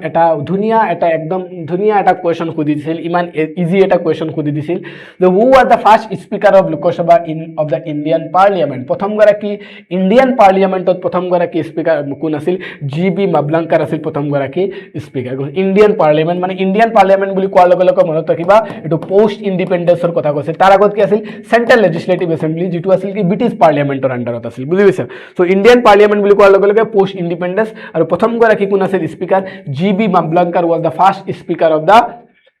first Indian Parliament in 1950. So moving, I hope সকলোৱে বুজি পাইছা। Moving to the next topic, anti-defection law. Anti-defection law, anti-defection law to কিহৰ কাৰণে নিউজত আছে যদি চাও আমি, supreme court in Padi Kaushik Reddy versus State of Telangana in 2025 Supreme Court eta judgment asil. He judgment of Supreme Court eta ki diye address the significant delays by the speaker in deciding disqualification petition concerning 10 Telangana 10 জন তেলেংগানা এমপিৰ ডিসকুৱালিফিকেশন কৰিবৰ কাৰণে under anti defection. So এটা বস্তু মই বুজাই দি আছো, অলপ পিছত বুজিম এইখিনি। এন্টি ডিফেকশন কি হয়? এন্টি ডিফেকশন এটা ল হয় যেটো 1985 ত এড কৰা হয় টু প্ৰিভেন্ট দা আয়ৰাম গয়ৰাম পলিটিক্স। আয়ৰাম গয়ৰাম মানে ৰাতি আছো কংগ্ৰেছ, ৰাতিপুৱা কি বিজেপি, এনেকা যেটো পলিটিক্স আগত বহুত প্ৰিভেল হৈ আছিল। মানে এজন এমএলএ কি থাকে, মই আজি কংগ্ৰেছৰ এমএলএ, হঠাৎ মই বিজেপিত গৈছো, কিন্তু মই বিজেপি যোৱাৰ লগে লগে মোৰ এমএলএ পদটো কি হৈ থাকে, সাস্টেইন হৈ থাকে। কিন্তু আজিকালি তো এনেকা নহয়, কংগ্ৰেছৰ পৰা যদি কোনোবা এমএলএ জিকিছে, সেই এমএলএ জন কংগ্ৰেছতে থাকিব লাগিব। যদি তেখেত বিজেপিত যায় গৈ, তেতিয়াহ'লে সেই বিজেপিত যোৱাৰ লগে লগে কংগ্ৰেছে তেখেতৰ এগেইনষ্টত কি আৰম্ভ কৰি দিয়ে? হুইপ আৰম্ভ কৰে। হুইপ মানে তেখেতৰ ৰিমুভেল ৰিজলিউশ্যনটো আৰম্ভ কৰে। আৰু তেতিয়াহ'লে কি কৰিব? সেই স্পিকাৰজনে তেখেতৰ ওপৰত হুইপ লগাই এন্টি ডিফেকশন ল লগাই কেনে স্পিকাৰে তেখেতক ৰিমুভেল কৰিবই লাগে, কম্পালসাৰি ৰিমুভেল কৰিবই লাগে তেখেতক, বুজি পাইছা বস্তুটো? সো আজিকালি বৰ্তমান কি হ'ব, এটা পাৰ্টিৰ পৰা কোনো এজন কেণ্ডিডেট যদি জিকে, বেলেগ পাৰ্টিত তেখেতে ইজিলি যাব নোৱাৰে। কিহৰ কাৰণে? Because of anti-defection law. So এই এটা বস্তু নতুনকে এটা দেখা পাই গৈছো আমি, সুপ্ৰিম কোৰ্টত এটা জাজমেন্ট দেখা পাও, Padi Kaushik Reddy versus state of Telangana case 2025 হৈছিল। আৰু এই কেছত সুপ্ৰিম কোৰ্টে এটা বস্তু এড্ৰেছ কৰে যে তেলেংগানা যেটো লেজিসলেটিভ এছেম্বলি আছে, বিধানসভা আছে, সেই বিধানসভাৰ যোনজন স্পিকাৰ আছে, সেই স্পিকাৰে তেলেংগানাৰ 10 জন এমপি এমএলএৰ ৰিমুভেলৰ কাৰণে যেটো যে ৰিজলিউশ্যন আৰম্ভ কৰিছে, সিহঁতক ডিসকুৱালিফিকেশন কৰিব লাগে বা ডিসকুৱালিফিকেশন বা সিহঁতৰ ৰিমুভেলৰ কাৰণে যেটো পেটিশন বা যেটো হুইপ আৰম্ভ হৈছিল, সেই বস্তুটো স্পিকাৰজনে বহুত দিনৰ কাৰণে ডিলে কৰি আছে, বুজি পাইছা বস্তুটো? Due to the political biasness. আমি জানো স্পিকাৰ বিলাক এটা মেজৰিটি পাৰ্টিৰ পৰা থাকে, বুজিছা? আৰু সেই 10 জন এমএলএ বেসিক্যালি কি হৈছিল, এই বেলেগ অপজিশন পাৰ্টিৰ পৰা আহি কিনে মেজৰিটি পাৰ্টিৰ লগত জয়েন হৈ গ'ল। সেই কাৰণে সেই স্পিকাৰজনে কি কৰি আছে, এই 10 জন এমএলএৰ ডিসকুৱালিফিকেশন বা সিহঁতৰ ৰিমুভেলৰ যেটো পেটিশন, সেই পেটিশনটো বহুত দিন ডিলে কৰি আছে। কাৰণ সেই সিহঁতৰ ডিসকুৱালিফিকেশন, সিহঁতৰ ৰিমুভেলৰ ফাইনাল অথৰিটিটো কাৰ ওচৰত থাকে? স্পিকাৰৰ ওচৰত থাকে। সেইকাৰণে তেখেতে ডিলে কৰি আছে। সো এই বস্তুটো এটা ডাঙৰ কনসাৰ্ন যেটো সুপ্ৰিম কোৰ্টে এড্ৰেছ কৰিছিল। সো এবাউট এন্টি ডিফেকশন ল, anti-defection law provide for disqualification of MLA or MP who voluntarily give up party membership after being elected on a party ticket. যদি এটা পার্টি টিকেটত যদি এজন MLA বা MP এজন জিকাৰ পিছত যদি তেখেতে বেলেগ পাৰ্টিত যায় গয় বা তেখেতে ভলান্টাৰিলি যদি তেখেতে পাৰ্টিটো সেই দলটো ত্যাগ কৰে, বুজি পাইছা? তেখেত বেলেগ এটা পাৰ্টি জয়েন কৰিলে বা ভলান্টাৰিলি তেখেতে পাৰ্টিটো ত্যাগ কৰি দিলে, তেতিয়া তেখেতৰ ওপৰত কি লগোৱা হয়? এন্টি ডিফেকশন ল লগোৱা হয়। আৰু এন্টি ডিফেকশন ল লগাই কেনে সেই এমএলএ আৰু এমপি জনক ডিসকুৱালিফিকেশন কৰা হয়। সো সেই এন্টি ডিফেকশন ল যেটো আছে, এইটো আমাৰ অৰিজিনাল কনস্টিটিউশনত মেনশন কৰা নাছিল। সেইটো কেতিয়া এড কৰা হয়? ইন 10 শিডিউলত এড কৰা হয়। আমাৰ ইণ্ডিয়ান কনস্টিটিউশনৰ 10 নম্বৰ শিডিউলত আছে, 10 শিডিউলত এন্টি ডিফেকশন লৰ কথা লিখা আছে। আৰু এইটো কেতিয়া এড কৰা হয়? 52nd কনস্টিটিউশনাল এমেন্ডমেন্ট এক্ট 1985 ৰ আন্ডাৰত ৰাজীৱ গান্ধী গভৰ্ণমেণ্টে এই এণ্টি ডিফেকশ্যন লটো এড কৰে two prevent the Aya Ram Gaya Ram politics, যাক কি বুলি কোৱা হয় আয়াৰাম গয়াৰাম বুজিছা। আজি আছা কংগ্ৰেছ, কালি হৈছা বিজেপি, পৰহি যাবাগে তুমি কমিউনিষ্ট পাৰ্টি, সেইটোক আয়াৰাম গয়াৰাম পলিটিক্স বুলি কোৱা হয়। চ' সেই আয়াৰাম গয়াৰাম পলিটিক্সে বেচিকেলি কি কৰে, এখন লেজিছলেচাৰক আনষ্টেবল কৰি দিয়ে। চ' সেই বস্তুটো প্ৰিভেণ্ট কৰিবৰ কাৰণে 52nd constitutional amendment act 1985 through the কেনে 10 শিডিউলত এণ্টি ডিফেকশ্যন লটো এড কৰা হয়। So it lays down the process by which legislature may be disqualified on ground of defection by the presiding officer. আৰু তেখেতক কোনে ডিসকুৱালিফিকেশন কৰে, প্ৰিসাইডিং অফিচাৰে এন্টি ডিফেকশ্যন লৰ আন্ডাৰত ডিসকুৱালিফিকেশন কৰিব পাৰে। ফাইনেল অথৰিটিটো কাৰ ওচৰত থাকে, প্ৰিসাইডিং অফিচাৰ। যদি লোকসভাৰ পৰা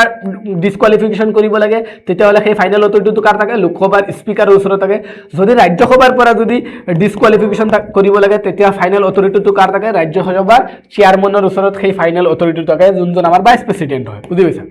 সো এন্টি ডিফেকশ্যন লৰ আন্ডাৰত যদি কোনো এমএলএ বা এমপি এজনক ডিসকুৱালিফিকেশন কৰিব লাগে, সেই বস্তুটো ফাইনেল অথৰিটিটো কাৰ ওচৰত থাকে, সেই লোকসভা বা সেই ৰাজ্যসভা বা সেই বিধানসভাৰ যোনজন প্ৰিসাইডিং অফিচাৰ থাকে, সেই প্ৰিসাইডিং অফিচাৰৰ ওচৰত ফাইনেল অথৰিটিটো থাকে। Does not specify a time period for presiding officer to decide on a disqualification plea. আৰু এই এন্টি ডিফেকশ্যন লৰ এটা সবতকৈ ডাঙৰ মানে লুপ হোল এটা আছে। কি আছে লুপ হোল, যে প্ৰিসাইডিং অফিচাৰে কিমান দিনৰ ভিতৰত সেই মানুহ এমএলএ বা সেই এমপিজনক ডিসকুৱালিফিকেশন কৰিব লাগে, তাৰে কোনো প্ৰচিডিউৰ টাইম পিৰিয়ডটো বাউণ্ড কৰি দিয়া নাই এণ্টি ডিফেকশ্যন ল। চ' এইটো এণ্টি ডিফেকশ্যন লৰ এটা ডাঙৰ লুপ হ'ল, যিটো আমাৰ সুপ্ৰিম কোৰ্টে এড্ৰেছ কৰিছে। Court can intervene only after presiding officer has decided on matter. Presiding অফিচাৰে যেতিয়া এই মেটাৰটো ডিচাইড কৰি লয়, যোনজন প্ৰিসাইডিং অফিচাৰ মানে স্পিকাৰ, চেয়াৰমেন এইবিলাকৰ কথা কৈ আছোঁ, লোকসভা, ৰাজ্যসভা বা বিধানসভা। সেই প্ৰিসাইডিং অফিচাৰে যদি যেতিয়া ডিচিশ্যনটো দি দিয়ে, প্ৰিসাইডিং অফিচাৰে যদি ডিসকুৱালিফিকেশন কৰি দিয়ে বা ডিসকুৱালিফিকেশন নকৰে, তেতিয়া তাৰ পিছতে আহি কিনে তাতে সুপ্ৰিম কোৰ্ট বা হাইকোৰ্টে ইণ্টাৰভেন কৰিব পাৰে, তাতে ইণ্টাৰফেয়াৰ কৰিব পাৰে। আৰু প্ৰিসাইডিং অফিচাৰৰ হাতত যদি সেই বস্তুটো থাকে, পেটিশ্যনটো প্ৰিসাইডিং অফিচাৰৰ হাতত যদি থাকে, তেখেতে যদি সেই বস্তুটো ডিলে কৰি থাকে, তেতিয়াহ'লে সুপ্ৰিম কোৰ্ট আৰু হাইকোৰ্টে তাতে গৈ কিনে ইণ্টাৰফেয়াৰ কৰিব নোৱাৰে, যেতিয়ালৈকে প্ৰিসাইডিং অফিচাৰৰ হাতত সেই বস্তুটো থাকিব। আৰু প্ৰিসাইডিং অফিচাৰে ডিচিশ্যন দিয়াৰ পিছতে আহি কিনে জুডিচিয়াৰীয়ে তাতে ইণ্টাৰফেয়াৰ কৰিব পাৰে, তাতে ৰিভিউ লগাব পাৰে। বুজি পাইছা সকলোৱে, জুডিচিয়াৰী ইণ্টাৰফেয়াৰ মানে তাতে জুডিচিয়াৰী ৰিভিউ লগাব পাৰে। এটা বস্তু বুজি পাইছা ন, কি ধুনীয়াকৈ বস্তুখিনি বুজালো আমি। কি হ'ল ইয়াতে এণ্টি ডিফেকশ্যন লটো বুজিলোঁ। এণ্টি ডিফেকশ্যন লটো কি হয় ইয়াতে অলপ এতিয়া চাওঁ আমি। কি এণ্টি ডিফেকশ্যন ল, ডিসকুৱালিফিকেশন এণ্ড এক্সেপশ্যন আণ্ডাৰ এণ্টি ডিফেকশ্যন ল। এণ্টি ডিফেকশ্যন লৰ আণ্ডাৰত কেনেকুৱা এজন এমএলএ আৰু এজন এমপি কি কৰা হয়, ডিসকুৱালিফিকেশন কৰা হয় বাই এণ্টি ডিফেকশ্যন ল two prevent the Aya Ram Gaya Ram policy. দেখা পাইছেন কিমান ধুনীয়া এটা ইমেজ, আমাৰ এমএলএ এমপি এজন বহি আছে, ৰিকুৱেষ্ট কৰি আছে মোক আঁতৰাই নিদিবা, মোক আঁতৰাই নিদিবা, বুজিছা। বেচিকেলি মনত ৰাখিবা, এমএলএ আৰু এজন এমপিক তিনিটা ধৰণে ডিসকুৱালিফিকেশন কৰা হয়, তিনিটা প্ৰচেছত ডিসকুৱালিফিকেশন কৰা হয়। এটা ডিসকুৱালিফিকেশন বাই কনষ্টিটিউশ্যন, সংবিধানত লিখা আছে যে এনেকুৱা প্ৰচেছত তেখেতক ডিসকুৱালিফিকেশন কৰিব লাগে। আৰু এটা আছে কি by RPA, representation of people act 1951ৰ আণ্ডাৰত এজন এমএলএ আৰু এমপিক ডিসকুৱালিফাই কৰা হয়। আৰু এটা আছিল কি বাই এণ্টি ডিফেকশ্যন ল। এই তিনিটা প্ৰচেছত এজন এমএলএ আৰু এমপিক ডিসকুৱালিফাই কৰা হয়। কিছুমান প্ৰচেছ কনষ্টিটিউশ্যনত আছে, কিছুমান প্ৰচেছ RPAত লিখা আছে, আৰু ফাইনেলি আমি দেখা পাওঁ এণ্টি ডিফেকশ্যন ল। এই তিনিটা মেথডত এজন এমএলএ আৰু এমপিক হাউচৰ পৰা ডিসকুৱালিফাই কৰা হয়। চ' এইখিনি বস্তু আমি পলিটি ষ্টেটিকত ক্লিয়াৰ কৰিম। চ' আজি ডিছকাছ কৰিম আমি বাই এণ্টি ডিফেকশ্যন ল এজন এমএলএ আৰু এমপিক কেনেকৈ ডিসকুৱালিফাই কৰা হয়। বুজি পাইছা বস্তুখিনি? বুজি পাইছা? চাওঁ ডিসকুৱালিফিকেশ্যন কেনেকৈ কৰা হয়। A member voluntarily give up his party membership or vote or abstain against partyhood without condonation within 15 days, 15 দিনৰ ভিতৰত যদি তেখেতে কি কৰি দিয়ে, পাৰ্টিৰ পৰা ৰিজাইন কৰি দিয়ে ভলেণ্টাৰিলি। ফাৰ্ষ্টটো চোৱা, এজন এমএলএ বা এমপিয়ে যিটো পাৰ্টিৰ পৰা তেখেতে টিকেট লৈ কেনে ইলেকশ্যনত জিকিছে, সেই পাৰ্টিৰ পৰা তেখেতে যদি ভলেণ্টাৰিলি তাৰ সেই পাৰ্টিৰ পৰা গিভ আপ কৰি দিয়ে, মেম্বাৰশ্বিপটো উইথড্ৰ কৰি দিয়ে। সেকেন্ড আৰু এটা আছে অৰ কি vote or abstain against the party. পাৰ্টিয়ে কৈছে যে এইখন বিল আহি আছে, এই বিলৰ আমি এগেইনষ্টত ভোট দিব লাগে। যদি সেই এমএলএ এমপিজনে পাৰ্টিৰ কথা নুশুনাকে পাৰ্টিৰ এগেইনষ্টত গৈ কিনে ছাপোৰ্টত ভোট দি দিয়ে, তেতিয়াহ'লে কি হ'ব, পাৰ্টিৰ এগেইনষ্টত হুইপ আহি যাব ন, পাৰ্টিৰ এগেইনষ্টত যাবগৈ তেখেত। চ' এনেকুৱা কণ্ডিশ্যনত কি কৰা হয়, সেই এমএলএ বা সেই এমপিজনৰ এগেইনষ্টত সেই পলিটিকেল পাৰ্টিটো কি লগাই দিয়ে, হুইপ লগাই দিয়ে। কিমান দিনৰ ভিতৰত উইথিন 15 ডেজৰ ভিতৰত হুইপ লগায় আৰু তেতিয়া তেখেতৰ কি হ'ব লাগে ডিসকুৱালিফিকেশন কৰা হয় আন্ডাৰ এন্টি ডিফেকশন ল an independent member join any political party after election যদি এজন ইন্ডিপেন্ডেন্ট মেম্বাৰে যদি এজন ইন্ডিপেন্ডেন্ট মেম্বাৰে কোনো পলিটিক্যাল পাৰ্টি জয়েন কৰি দিয়ে after independence within 6 month within এটো লিখি লবা উইথিন 6 মান্থ উইথিন 6 মান্থৰ ভিতৰত যদি এজন ইন্ডিপেন্ডেন্ট এমএলএ বা এজন ইন্ডিপেন্ডেন্ট এমপিয়ে কোনো পলিটিক্যাল পার্টি জয়েন কৰি দিয়ে ইলেকশনৰ 6 মাহ পিছতে মাত্ৰ 6 মাহ হৈছে ইলেকশনৰ শেষ হোৱাৰ মাত্ৰ 6 মাহ হৈছে 6 মাহৰ ভিতৰত যদি এজন ইন্ডিপেন্ডেন্ট মেম্বাৰে কোনো পলিটিক্যাল পাৰ্টি জয়েন কৰি দিয়ে তেতিয়ালে সেই ইন্ডিপেন্ডেন্ট মেম্বাৰজনক কি কৰিব এন্টি ডিফেকশন লৰ আন্ডাৰত তেখেতক ডিসকুৱালিফিকেশন কৰা হয় তাৰ পিছত আহি যাব নমিনেটেড মেম্বাৰৰ লৈ কেনে a nominated member join any political party after 6 month of taking as a seat কোনো এজন নমিনেটেড মেম্বাৰক নমিনেট কৰা হৈছে আৰু নমিনেশন কৰাৰ পিছত যদি তেখেতক সমালৈকে ঠিকই আছে সমাহ পিছত যদি তেখেতে যদি কোনো পলিটিক্যাল পার্টি জয়েন কৰে তেতিয়ালে তেখেতৰ এগেইনষ্টত এন্টি ডিফেকশন ল লগাই কেনে ডিসকুৱালিফিকেশন ইন্ডিপেন্ডেন্ট এমএলএৰ কাৰণে উইথিন 6 মান্থ সমাহৰ ভিতৰত যদি তেখেতে জয়েন কৰে পলিটিক্যাল পাৰ্টি তেখেতক ডিসকুৱালিফাই কৰা হ'ব আৰু নমিনেটেডৰ কাৰণে কি হয় সমাহৰ পিছত যদি তেখেতে পলিটিক্যাল পাৰ্টি জয়েন কৰে তেতিয়ালে তেখেতৰ মানে ডিসকুৱালিফিকেশন কৰা হ'ব এডিএল লগাই কেনে কিছুমান এক্সেপশন আছে এক্সেপশন কি মানে এইকেইটা কেছত কি লগোৱা হয় এন্টি ডিফেকশন ল ইউজ কৰা নহয় সো এইকেইটা কি আছে a party merge is allowed if supported by 2/3 of its legislature যদি ফর এক্সাম্পল আমি যদি দেখা পাও ফর এক্সাম্পল যিকোনো এখন স্টেটৰ কথা কৈ আছো সেইখন স্টেটৰ ফৰ এক্সাম্পল বিজেপি আৰু কি আছে কংগ্ৰেছ আছে ফৰ এক্সাম্পল কংগ্ৰেছৰ তাতে কিমানজন মেম্বাৰ আছে কংগ্ৰেছৰ তাতে 30 জন এমএলএ আছে কংগ্ৰেছৰ 30 জন এমএলএ আছে বিজেপিৰ ধৰিছো আমি ইয়াতে 40 জন এমএলএ আছে যদি কংগ্ৰেছৰ 2/3 এমএলএ মানে 30 জনৰ যদি 20 জন 2/3 মানে কি 3 ভাগৰ 2 ভাগ মানে ইয়াতে কিমান হৈ যাব 20 জন কংগ্ৰেছৰ 20 জন এমএলএ যদি গৈ কিনে বিজেপি জয়েন কৰি দিয়ে তেতিয়ালে এই 20 জন এমএলএৰ এগেইনষ্টত এন্টি ডিফেকশন ল লগোৱা নহব তাতে এন্টি ডিফেকশন ল লগাব পৰা না যাব বুজি পাইছা বস্তু এটো এক্সেপশন যদি এটা পলিটিক্যাল পার্টি যদি 2/3 মেম্বাৰে বেলেগ পাৰ্টিত যদি মাৰ্জ হৈ যায় তেতিয়ালে সেই মেম্বাৰ কেটাৰ ওপৰত এন্টি ডিফেকশন ল লগাব পৰা না যাব আৰু এক্সেপশন আছে লোকসভাৰ স্পিকাৰ ডেপুটি স্পিকাৰ ৰাজ্যসভাৰ চেয়াৰম্যান এন্ড ডেপুটি চেয়াৰম্যানৰ may resign from the party and rejoin after demitting office so এটো চেয়ারম্যান অফ রাজ্যসভা নহব কারণ তেখেত কোনো পার্টিতে না থাকে এটো ভুলবশত এড হৈ গল সো লোকসভাৰ স্পিকাৰ ডেপুটি স্পিকাৰ আৰু ডেপুটি ৰাজ্যসভাৰ ডেপুটি চেয়াৰম্যানে নিজৰ পাৰ্টিৰ পৰা ৰিজাইন কৰিব পাৰিব ভলান্টাৰিলি গিভ আপ দিব পাৰিব বা বেলেগ পাৰ্টিত জয়েন কৰিব পাৰে তেখেতসকলে কিন্তু তেখেতসকলৰ ওপৰত এন্টি ডিফেকশন ল লগাব পৰা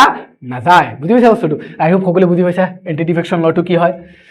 জুডিশিয়াল প্ৰসিডিং যদি চাও কিছুমান জাজমেন্ট আছে এই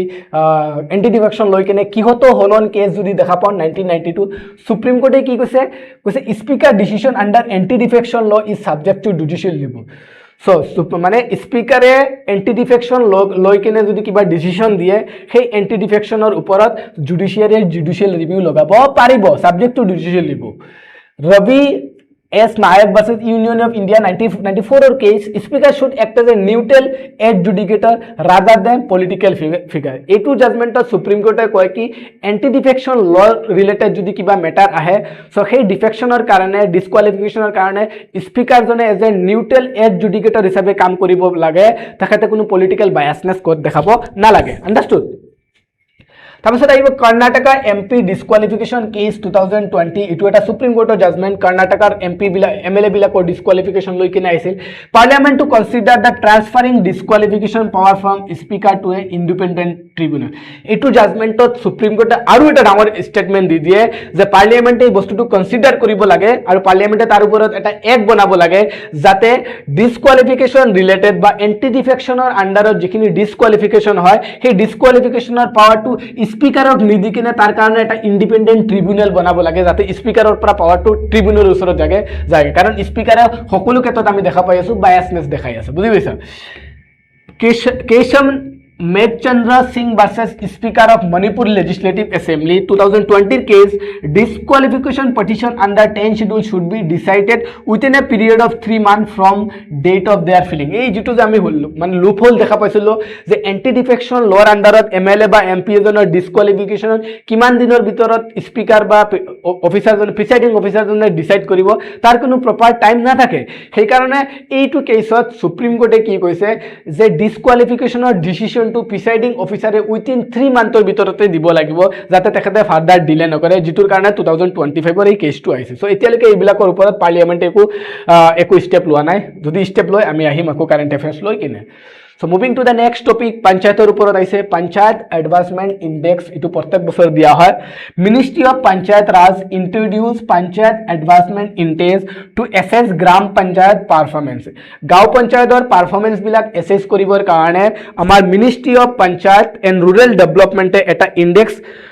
রিলিজ করে এটু কি বুলি কোৱা হয় এটু বেসিক্যালি কোৱা হয় পঞ্চায়ত এডভান্সমেন্ট ইনডেক্স আই হোপ সকলে বুজিছা যদি বুজি পাইছা অলপ কমেন্টত হাই হেলো কৰিবাচোন শুই আছা নেকি টোপনি বৰষুণ দি আছে নেকি বাহিৰত বৰষুণ দি আছে হাই হেলো কৰিবাচোন জনে জনে চাই আছা বহুত ইন্টারেস্টিং হয় টপিক বিলাক বহুত ইন্টারেস্টিং হয় জনে জনে পলিটি যদি পঢ়িছা তেতিয়াহলে বহুত ইন্টারেস্টিং হয়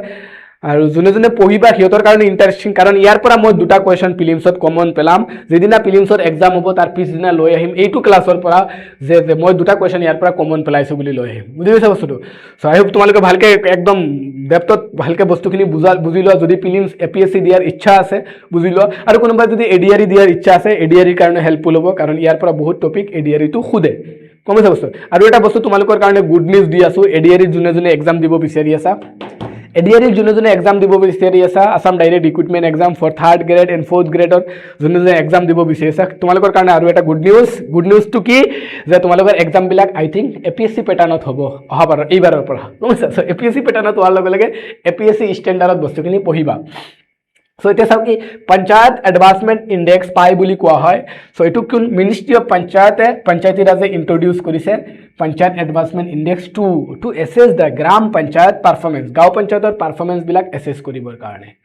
about panchayat advancement index concept যদি চাও it's a multi domain and multi sectoral index that is intended to used to assess overall holistic development performance and progress of panchayat এখন পঞ্চায়তৰ যিমানখিনি holistic development বা performance গুটেখিনি overall এটা rating দিবৰ কাৰণে এটা ইনডেক্স ডেভেলপ কৰা হয় যাক পঞ্চায়ত এডভান্সমেন্ট ইনডেক্স বুলি কোৱা হয় এটা overall এটা holistic হয় মাল্টি সেক্টৰাল এনালাইসিস কৰা হয় তাতে এম কি ইনটু এম বেসিক্যালি কি হয় how to will this grassroots institution are achieving localized sustainable development goal যে grassroots levelত আমি sustainable development goal বিলাক কেনেকা আমি achieve কৰিব পাৰো হেতু আছিল কি পঞ্চায়ত এডভান্সমেন্ট ইনডেক্সৰ এটা ইম্পৰ্টেন্ট গোল থিম যদি দেখা পাও index evaluate panchayat based on 9 কি থিম 9টা থিমৰ ওপৰত কৰা হয় বুজি পাইছা 9টা সেক্টৰ বা 9টা থিমৰ ওপৰত এই ইনডেক্সটো ৰিলিজ কৰা হয় ভেৰি ইম্পৰ্টেন্ট ইয়াৰ পৰা কোৱেশ্চন আহিব প্ৰিলিমছত ইয়াৰ পৰা কোৱেশ্চন আহিব পঞ্চায়ত এডভান্সমেন্ট ইনডেক্সত ইম্পৰ্টেন্ট কেইটা থিম আছে 9টা ইম্পৰ্টেন্ট থিম আছে related to da local development like poverty free clean and green panchayat socially justice কমছে হেলথি এইবিলাকৰ ওপৰত বেস কৰি কিনে 6টা ইম্পৰ্টেন্ট থিম আছে এই থিম বিলাকৰ ওপৰত বেস কৰি কিনে পঞ্চায়ত এডভান্সমেন্ট ইনডেক্সটো ইভালুয়েট কৰা হয় আৰু সেই থিম কেটা কি poverty clean and green panchayat socially just healthy এইকেইটা থিমৰ ওপৰত বেস কৰি কৰা হয় মানে ইভালুয়েট কৰা হয় ইনডেক্সটো ক্যাটাগৰি দিয়া হয় categories of panchayat advancement index panchayat advancement ইনডেক্সত আমার পঞ্চায়ত বিলাকক বেসিক্যালি 4টা ক্যাটাগরিত ভাগ করা হয় বেসিক্যালি কেইটা ক্যাটাগরিত ভাগ করা 4টা ক্যাটাগরিত এটা হইছে কি achiever 0% no panchayat in India achiever rank in this year assessment achiever মানে 0% পারফরম্যান্স বহুত বেয়া অ্যাচিভার গমছে বস্তুটো অ্যাচিভার মানে পারফরম্যান্স বহুত বেয়া নতুনকে একদম সো এতিয়ালে আমাৰ ইন্ডিয়াত এই বছৰত কোনেও অ্যাচিভাৰ ৰ্যাঙ্কটো পোৱা নাই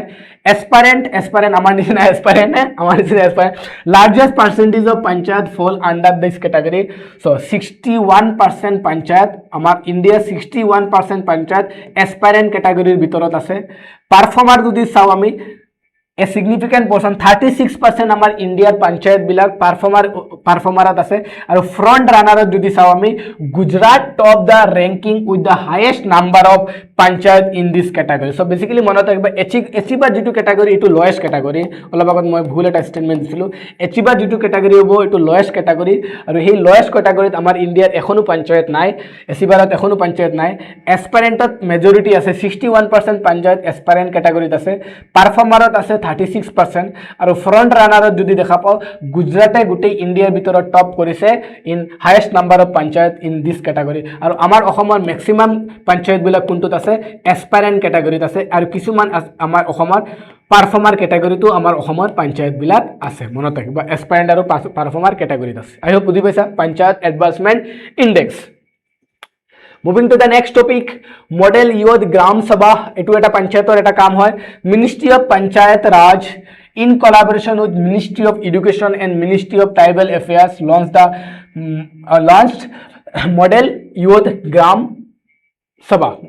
so mane ekbar tinta ministry under etu collaboration etu scheme hoy tinta ministry ki Ministry of Panchayat Raj Ministry of Education aru Ministry of Tribal Affairs ei tinta ministry collaboration etu scheme hoy jak model youth gram sabha boli koa hoy so etu ki hoy ami sao It is a pioneering initiative to extend Jan Bhagidari and promote participatory local governance by engaging students in simulated Gram Sabha session. আমি গম পাও আমাৰ প্ৰত্যেক যিমানখিনি পঞ্চায়ত আছে প্ৰত্যেক পঞ্চায়ত বিলাকত কি হ'ব লাগে প্ৰত্যেক 3 মাহৰ প্ৰত্যেক 6 মাহৰ মূৰে এবাৰ কি হ'ব লাগে পঞ্চায়ত সভা হ'ব লাগে যাক আমি গ্ৰাম সভা বুলি কওঁ সেই গ্ৰাম সভা বিলাক প্ৰত্যেক 6 মাহৰ মূৰে এবাৰ মিনিমাম এবাৰ হ'বই লাগে পঞ্চায়ত সভা বিলাক আমাৰ অসমত যদি দেখা পাও প্ৰত্যেক 3 মাহৰ মূৰে গাঁও সভা হয় আৰু আজিকালি কি কৰা হৈছে এমেন্ডমেন্ট কৰি কিনে গাঁও সভা থ্ৰু দি কিনে ওয়াৰ্ড সভা কো ইন্ট্ৰোডিউস কৰিছে প্ৰত্যেক ওয়াৰ্ডে এখন সভা হ'ব 3 মাহৰ মূৰে সো এই যেটো যে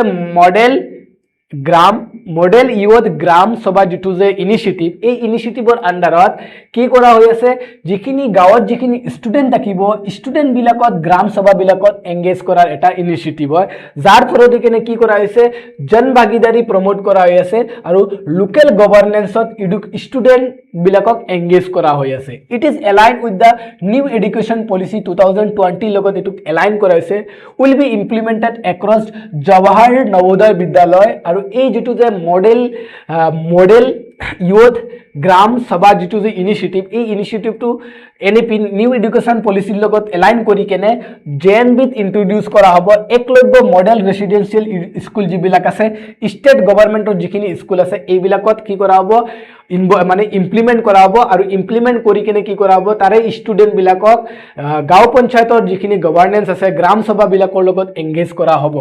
JNB are residential school establish in new মানে ন্যাশনাল এডুকেশ্যন পলিচি ইন 1986 আমি গম পাও জেএনবি কোনে এস্টাবলিশ কৰিছিল তেতিয়াৰ প্ৰাইম মিনিষ্টাৰ জৱাহৰলাল নৱোদয় বিদ্যালয় কোনে এস্টাবলিশ কৰিছিল বহুত আছে ইয়াতে বহুত ষ্টুডেন্টে চাই আছে জৱাহৰলাল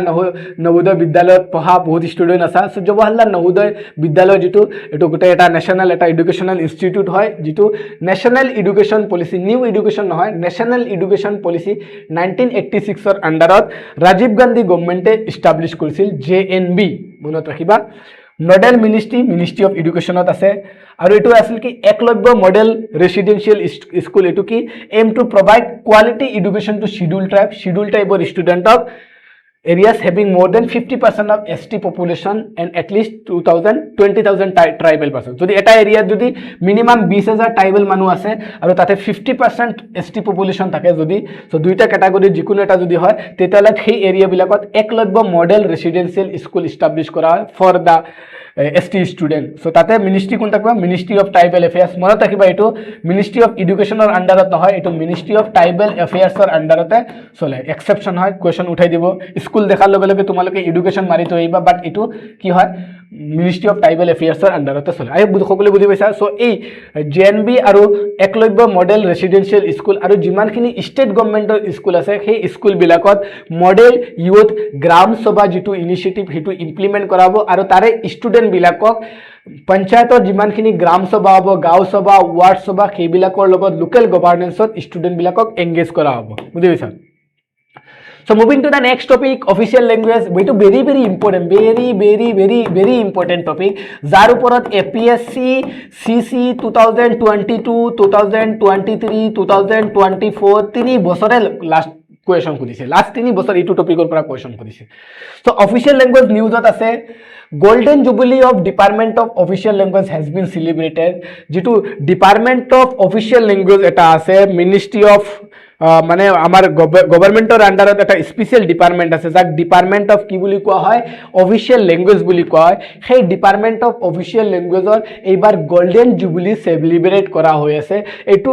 এই ডিপাৰ্টমেণ্টটো কেতিয়া এষ্টাব্লিছ কৰা আছিল 1975 আৰু তাৰ নডেল মিনিষ্ট্ৰিটো কোন হয় হোম এফেয়াৰ মানে গৃহমন্ত্ৰী হয় সো এতিয়া চাও কি অফিচিয়েল লেংগুৱেজ যেটো আছে এটো আমাৰ ইণ্ডিয়ান পলিটি বা ইণ্ডিয়ান কনষ্টিটিউচনৰ পাৰ্সপেক্টিভত চাও এটো আমাৰ ইণ্ডিয়ান কনষ্টিটিউচনৰ Part 17 mention আছে Indian Constitution আৰু Part 18 কি আছে Part 18 কি আছে কোৱাচোন Part 18 কি আছে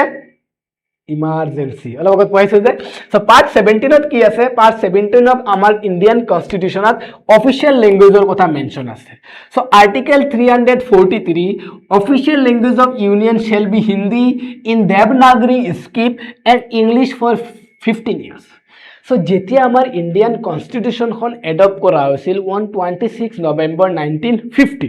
সেইটো টাইমত আমাৰ ইণ্ডিয়ান কনষ্টিটিউচনৰ আৰ্টিকেল 343 ত কি লিখা আছিল কোৱা আছিল যে হিন্দী ইন দেৱনাগৰী স্ক্ৰিপ্ট আমাৰ কি হ'ব ইণ্ডিয়াৰ এটা কি হ'ব ইউনিয়ন অফিচিয়েল লেংগুৱেজ হ'ব আৰু লগতে ইংলিছ লেংগুৱেজো থাকিব 15 বছৰৰ কাৰণে ইংলিছ লেংগুৱেজটো এজ এ অফিচিয়েল লেংগুৱেজ হিচাপে কন্টিনিউ চলি দিব কিহৰ কাৰণে আমি নতুনকৈ ব্ৰিটিছৰ পৰা স্বাধীনতা পাইছো গোটেই এডমিনিষ্ট্ৰেশ্যনটো ইংলিছতে চলি আছিল সো মানুহৰ অলপ ট্ৰাবল হৈ যাব পাৰে হঠাৎ সেইকাৰণে এডমিনিষ্ট্ৰেটিভ কনভিনিয়েন্সৰ কাৰণে হিন্দীৰ লগত ইংলিছৰো 15 বছৰৰ কাৰণে এড কৰা হয় কিন্তু আফটাৰ 15 ইয়াৰ্ছ ইয়াতে এক আহে এটা অফিচিয়েল লেংগুৱেজ এক্ট 1963 আহিব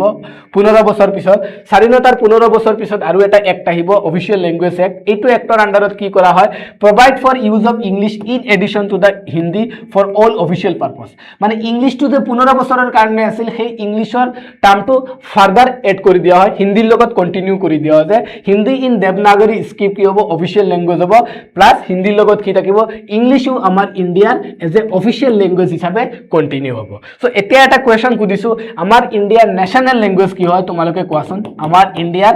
নেশ্যনেল লেংগুৱেজ কি হয় ৰাষ্ট্ৰীয় ভাষা কি হয় আমাৰ ইণ্ডিয়াৰ তোমালোকে কমেন্ট সেকশনত জনোৱাচোন আমাৰ ইণ্ডিয়াৰ নেশ্যনেল লেংগুৱেজ কি হয় তাৰ পিছত মই আনসাৰ দিম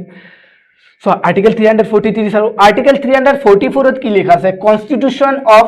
Commission and Committee on Official Language Official Language ৰ ওপৰত বেস কৰি কেনে এখন কমিশন বনাব পৰা যায় বা এটা কমিটি বনাব যায় তাৰে ওপৰত আমি দেখা পালো ডিপাৰ্টমেন্ট অফিচিয়েল ল্যাঙ্গুৱেজ আছে এটা কমিশন আছে অফিচিয়েল ল্যাঙ্গুৱেজ কমিশন এটা আছে সেই কমিশনৰ কথা আৰ্টিকেল 344 ত কোৱা আছে যেটো এটা কনষ্টিটিউচনেল বডি হয় commission and committee on official language Article 345 কি কোৱা হয় এখিনি বেসিক্যালি কি আছিল আমাৰ সেন্টাৰ বা ইউনিয়ন অফিচিয়েল সেন্টাৰৰ ইউনিয়ন বা সেন্টাৰৰ অফিচিয়েল ল্যাঙ্গুৱেজৰ কাৰণে আৰ্টিকেল 343 ত লিখা আছে যে আমাৰ ইউনিয়ন বা আমাৰ সেন্টাৰৰ অফিচিয়েল ল্যাঙ্গুৱেজটো কি হ'ব Originally Hindi আছিল 15 বছৰৰ কাৰণে ইংলিছ আছিল কিন্তু 1963 ত এক্ট আনি কিনে হিন্দীৰ লগত ইংলিছটো কি কৰা হয় এজ এ অফিচিয়েল ল্যাঙ্গুৱেজ হিচাপে সেন্টাৰৰ কন্টিনিউ কৰা হয় কিন্তু আৰ্টিকেল 345 ত আমাৰ ষ্টেট বিলাকৰ ষ্টেট মানে অসম বিহাৰ গমছে ওয়েস্ট বেংগল এই বিলাকৰ অফিচিয়েল ল্যাঙ্গুৱেজ কি হ'ব হেতু আৰ্টিকেল 345 ত লিখা আছে আৰু হেতু কেনেকা হ'ব হেতু কনষ্টিটিউচনত লিখা হোৱা নাই হেতু কোৱা আছে ষ্টেট লেজিসলেচাৰ মে এডপ্ট এনি ওয়ান অৰ মোৰ language used in state or Hindi as official language of state. So it was article 345 to state legislature যিকোনো এটা ল্যাঙ্গুৱেজ বা দুটা ল্যাঙ্গুৱেজ যিবিলাক ল্যাঙ্গুৱেজ সেই ষ্টেটখনত ইউজ হৈ আছে অৰ হিন্দীক অফিচিয়েল ল্যাঙ্গুৱেজ হিচাপে সেই ষ্টেটখনে ইউজ কৰিব পাৰে যাৰে ফলস্বৰূপত আমি দেখা পাইছিলো 1959 ত কি আছিল 1960 কি আছিল আসাম ল্যাঙ্গুৱেজ এক্ট আহে আসাম অফিচিয়েল ল্যাঙ্গুৱেজ এক্ট আহে আৰু এই এক্টৰ আন্ডাৰত কি কৰা হয় আমাৰ অসমৰ অফিচিয়েল ল্যাঙ্গুৱেজ হিচাপে কাক এড কৰা হয় আসামিজ অসমীয়া ভাষাক অফিচিয়েল ল্যাঙ্গুৱেজ হিচাপে এড কৰা হয় অনলি আসামিজ নাছিল আসামিৰ লগত কি আছিল ইংলিশো আছিল Assamese and English become the official language of Assam in 1960 তাৰপিছত 1960 ত বৰাকত এটা ভাষা আন্দোলন হয় আৰু বৰাকৰ ভাষা আন্দোলনৰ পিছত এটুক এমেন্ডমেন্ট কৰা হয় সংশোধন কৰা হয় 1961 ত আৰু 1961 ত সংশোধন কৰি কেনে কি কৰা হয় ব্ৰহ্মপুত্ৰ বেলিৰ কাৰণে অফিচিয়েল ল্যাঙ্গুৱেজটো আসামিজ প্লাস ইংলিশ ৰখা হৈছিল আৰু বৰাক বেলিৰ কাৰণে Bengali plus English official language হিচাপে ৰখা হয় এমেন্ডমেন্ট কৰি কেনে বুজি পাইছা হয় আৰু ৰিসেন্টলি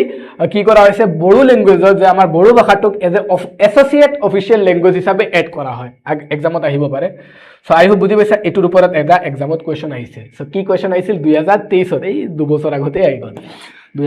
দুই বছৰ আগতে এই বছৰ আগৰ বছর কোয়েশ্চন আহিছিল consider the following statement regarding the provision of official language in India article 343 of the constitution of India has made Hindi in Devanagari স্পিক as a national language of India অলপ আগত আমি কৈছিলো আমাৰ ইন্ডিয়ান ন্যাশনাল ল্যাঙ্গুয়েজটো কি হয় তোমালোকে কমেন্ট সেকশনত জনাবাচোন কি হয় অফিসিয়াল ল্যাঙ্গুয়েজ আমাৰ ইন্ডিয়া সো আমাৰ ইন্ডিয়াৰ অফিসিয়াল ল্যাঙ্গুয়েজ আমাৰ ইন্ডিয়াৰ ন্যাশনাল ল্যাঙ্গুয়েজ নাই আমাৰ ইন্ডিয়াৰ কোনো ন্যাশনাল ল্যাঙ্গুয়েজ নাই মনত ৰাখিবা সো এইটো স্টেটমেন্ট ইনকাৰেক্ট হৈ যাব আমাক বিচাৰি আছে কি ইয়াৰ পৰা correct statement so one incorrect হলে আউট এইটো আউট বিচাৰি আছে কি কারেক্ট স্টেটমেন্ট ন সো এইটো আউট বাকি থাকিল কি এটাই থাকিল 2 and 3 কারেক্ট হ'ব লাগিব সো বুজি পাইছা না বস্তুটো কেনেকা হয় আই সকলো বুজি পাইছা Chief Justice of India, next topic, moving to the next topic, Chief Justice of India, moving to the next topic, Chief Justice of India. Chief Justice of India, why in the news, Justice B.R. Gawai took oath as a 52nd Chief Justice of India, monotaiba, 52nd Chief Justice of India hisabe, Justice B.R. Gawai oath loise, শপত গ্ৰহণ কৰিছে, already APSC, ইয়াৰ ওপৰত এটা question সুধিছে, similar question আকৌ আহিব পাৰে. Chief Justice of India, Article 124(1) provide for a Supreme Court of India consisting of Chief Justice of India and not more than 33 other judges. গম পাইছা 33 জাজ আৰু এজন কি থাকিব বৰ্তমান কম্পোজিশন কিমান এজন চিফ জাস্টিস অফ ইন্ডিয়া থাকিব প্লাস তেখেতৰ লগত 33 জন বা 33 জন জাজ থাকিব গম পাইছা এটো বৰ্তমানৰ কম্পোজিশন হয় এপয়েন্টমেন্ট কেনেকৈ এপয়েন্টমেন্ট কৰা হয় article 124(2) provide for the appointment of Chief Justice of India by President. Chief Justice of India কোনে appoint করে প্রেসিডেন্ট করে এইবিলাক বস্তু এডিআর তো খুদি দিয়ে গম পাইছা বস্তু চিফ জাস্টিস কোনে appoint করে কোনটো আর্টিকেলত লিখা আছে 124(2) প্রেসিডেন্টে appoint করে appointment of Chief Justice follow dual convention of consultation with the outgoing Chief Justice and appointing the senior most judge of the Supreme Court as Chief Justice of India. So Chief Justice of India appointment যেটো আছে এটো দুটা প্রসেসত করা হয় যে ইয়াতে দুটা process কি এটা প্রসেস কি ফার্স্ট প্রসেসটো কি যে বর্তমান যোনজন চিফ জাস্টিস অফ ইন্ডিয়া বর্তমান তেখেতৰ কাৰ্যকাল শেষ হল যোনজন পুৰণা চিফ জাস্টিস আউটগোইং যোনজন চিফ জাস্টিস সেই চিফ জাস্টিসৰ লগত এটা সেপাৰেট কনসালটেশন কৰা হ'ব প্লাস সিনিয়র মোস্ট জাজক কি করা হবো এজ এ চিফ জাস্টিস হিসাবে এপয়েন্ট করা হবো দুটা কনসালটেশনত করা দুটা প্রসেসত করা সেইকাৰণে এটোক ডুয়েল কনভেনশন বুলি কয় মানে যোনজন পুৰণা যোনজন চিফ জাস্টিস আছে সেই পুৰণা বা আউটগোইং চিফ জাস্টিস জনৰ লগত কনসাল্ট কৰি কেনে সুপ্রিম কোর্টের যোনজন সবতকে সিনিয়র জাজ আছে সেই জুনিয়র জাজজনক চিফ জাস্টিস হিসাবে এপয়েন্ট করা হয় as per the memorandum of procedure the union law minister first seek recommendation of outgoing chief justice forward it to prime minister who then advise the president so প্রসেসটো মই বুঝাই দি আছো কি আমাৰ যোনজন ইউনিয়ন ল মিনিষ্টাৰ আছে সেই ইউনিয়ন ল মিনিষ্টাৰজনে ফৰ্মাৰ চিফ জাষ্টিছজনৰ লগত কি কৰিব লাগিব তেখেতৰ পৰা কনসালটেশনটো ল'ব লাগিব ৰিকমেন্ডেশনটো ল'ব লাগিব আৰু সেই ৰিকমেন্ডেশনটো তেখেতে কাক দিব এই ইউনিয়ন মিনিষ্টাৰে আইকেনে ৰিকমেন্ডেশনটো দিব আৰু সেই ৰিকমেন্ডেশনটো ইউনিয়ন ল মিনিষ্টাৰে প্ৰাইম মিনিষ্টাৰক ফৰৱাৰ্ড কৰিব আৰু প্ৰাইম মিনিষ্টাৰে তেখেতৰ এই নামটো প্ৰেসিডেন্টক এডভাইস কৰিব তেতিয়া প্ৰেসিডেন্টে চিফ জাস্টিস অফ ইন্ডিয়াক এপয়েন্ট কৰিব প্ৰসেসটো বুজি পাইছা ইউনিয়ন ল মিনিষ্টাৰে যোনজন ফৰ্মাৰ চিফ জাস্টিস আছে তেখেতৰ পৰা ৰিকমেন্ডেশনটো ল'ব লাগিব আৰু সেই ৰিকমেন্ডেশনটো কাক ফৰৱাৰ্ড কৰিব প্ৰাইম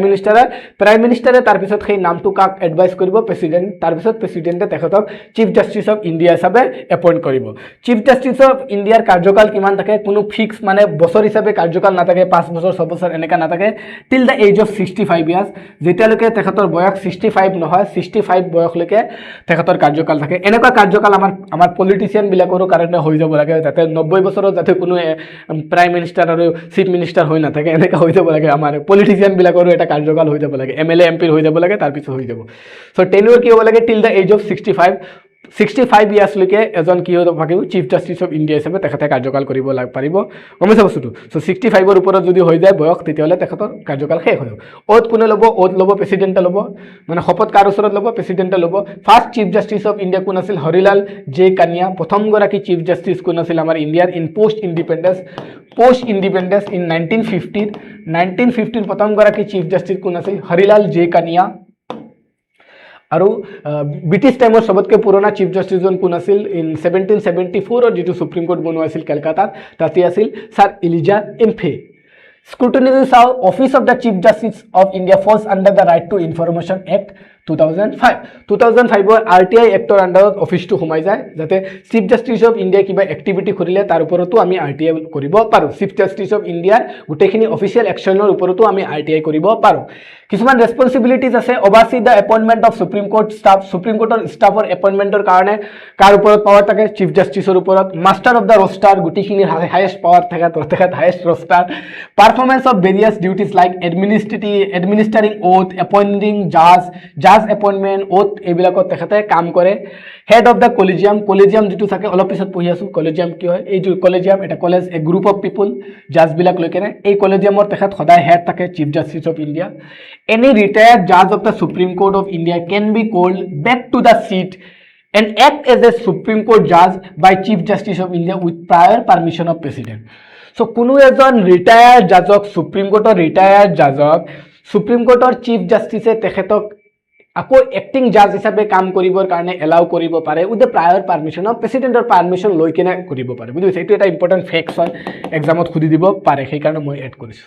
হল আই হোপ সকলো বুজি পাইছা এটা চাও কি এপয়েন্টমেন্ট অফ আমি চিফ জাস্টিসৰ কেনেকা এপয়েন্টমেন্ট এইটো চালো এটা আমি আৰু এটা বস্তু চাম কি এপয়েন্টমেন্ট এন্ড ৰিমুভেল অফ জাজ সুপ্ৰিম কোৰ্ট আৰু হাই কোৰ্টৰ যে জাজবিলাক আছে সেই জাজবিলাকক কেনেকৈ এপয়েন্টমেন্ট কৰা হয় আৰু সুপ্ৰিম কোৰ্ট আৰু হাই কোৰ্টৰ যিখিনি যে আদাৰ যিখিনি জাজ আছে সেই জাজবিলাকক কেনেকৈ ৰিমুভ কৰা হয় এটা বস্তু বুজিছা সো আমি অলৰেডি কি চালো যে সুপ্ৰিম কোৰ্টৰ চিফ জাস্টিস জনক কেনেকৈ এপয়েন্ট কৰা হয় সেই প্ৰসেসটো চালো এতিয়া আমি চাম কি সুপ্ৰিম কোৰ্টৰ জাজ বা হাই কোৰ্টৰ জাজবিলাকক কেনেকৈ এপয়েন্ট কৰা হয় আৰু সিহঁতক কেনেকৈ ৰিমুভ কৰা হয় এই বস্তুটো আমি চাই আছো So what news at ki ase recently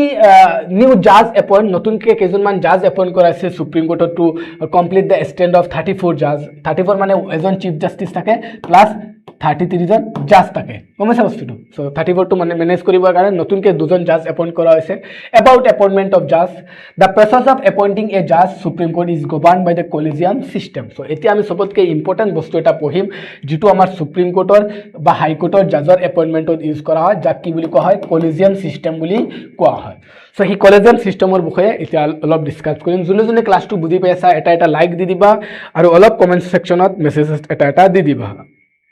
বুঝি পাইছা বস্তুটো হল কমেন্ট সেকশনত এটা thank you aspirant D4P best class yes best class হবে কারণ ইয়াৰ পৰা এটা কমেন্ট পেলাম আমি ইয়াৰ পৰা এটা কমেন্ট পেলাম যোনে ক্লাস চাই আছে এটা লাইভ দি দিবা হল যোনে ক্লাস চাই আছে এটা লাইভ দিবা কারণ আমি ইয়াৰ পৰা এক্সামত এটা টপিক এটা বস্তু আমি কমন পেলামে আৰু এইটো ক্লাসৰ পৰা দুটা কোৱেশ্চন তো মই মিনিমাম কমন পেলামে আৰু বুজিছা দুটা কোৱেশ্চন তো মিনিমাম কমন পেলামে কাৰণ আমি বহুত ডেপথত এনালাইজ কৰিছো বহুত ষ্টুডেন্টৰ কাৰণে ওপৰে গৈ আছে হাৱা উৰি আছে ওপৰে গৈ আছে আৰু আমি টপিকখিনি বহুত ডেপথত ডিসকাস কৰি আছো আৰু এই ডেপথত ডিসকাস কৰিব লাগিব যদি তোমালোকে APSC ক্লিয়াৰ কৰিব বিচাৰি আছা কাৰণ ইমান ডাঙৰ এটা পোষ্টত যাব বিচাৰি আছো অবভিয়াসলি এনাৰ্জি এটা লাগিব ন তো সময় কম নষ্ট কৰি আছো এক্সট্ৰা কথা ভাতা নাই কাৰণ গোটেইখিনি ক্লাছত আমি কনসেপ্টৰ ওপৰতে ফোকাস কৰি আছো সেই কাৰণে ইন্টাৰেষ্টিং লাগিব নোৱাৰিব থাকে কিন্তু আমাৰ এই ক্লাছটো যাতে এক্সাম ওৰিয়েন্টেড যাতে সবৰ কাৰণে ফ্ৰুটফুল হয় এনেকুৱা বেচিছত বনাইছো যাতে আমি এক্সট্ৰা টাইম খিনি যাতে কনজিউম নকৰো গোটেই ক্লাছৰ টাইমখিনি আমি পঢ়াৰ কাৰণে ইউটিলাইজ কৰিব পাৰো কিন্তু বেলেগত বহুত জগাত বহুতত দেখা পোৱা যায় টাইমখিনি এক্সট্ৰা অৰ্ডিনাৰি নষ্ট কৰি দিয়া হয় ক্লাছত এনে মোটিভেশ্যন ইউজ কৰি দিয়া এক্সট্ৰা অৰ্ডিনাৰি কথাবিলাক পঠি দিয়া হয় সো আমি গোটেই টাইমখিনি ক্লাছৰ কন্টেন্টৰ ওপৰতে ফিক্স কৰি আছো যাতে আমাৰ এই ক্লাছটো গোটেই 2 ঘণ্টাৰ যদি ক্লাছ হয় 2 ঘণ্টাৰ ক্লাছটোৱে এটলিষ্ট 2 ঘণ্টাৰ দুটা কোৱেশ্চন আমাৰ কমন পেলাব পাৰে APSC upcoming APSC CC so এতিয়া সাম কি আমাৰ জাজ সকলক যে এপইন্ট কৰা হয় এই সিস্টেমটো কি বুলি কোৱা হয় কলেজিয়াম সিস্টেম বুলি কোৱা হয় কি সিস্টেম বুলি কোৱা হয় কলেজিয়াম সিস্টেম বুলি কোৱা হয় এতিয়া চাও কি আমি কলেজিয়াম সিস্টেমটো কেনেকা স্টাৰ্ট আৰম্ভ হৈছিল কলেজিয়াম সিস্টেম যেটো আছে এই সিস্টেমটো ইন্ডিয়ান কনস্টিটিউশনত মেনশন নাই নট মেনশন ইন ইন্ডিয়ান কনস্টিটিউশনত এই কলেজিয়াম সিস্টেমটো কত মেনশন নাই it's a judicial innovation collegium system যেটো যে এই সিস্টেমটো এটা জুডিশিয়াল ইনোভেশন হয় সো এটা বস্তু মনত ৰাখিবা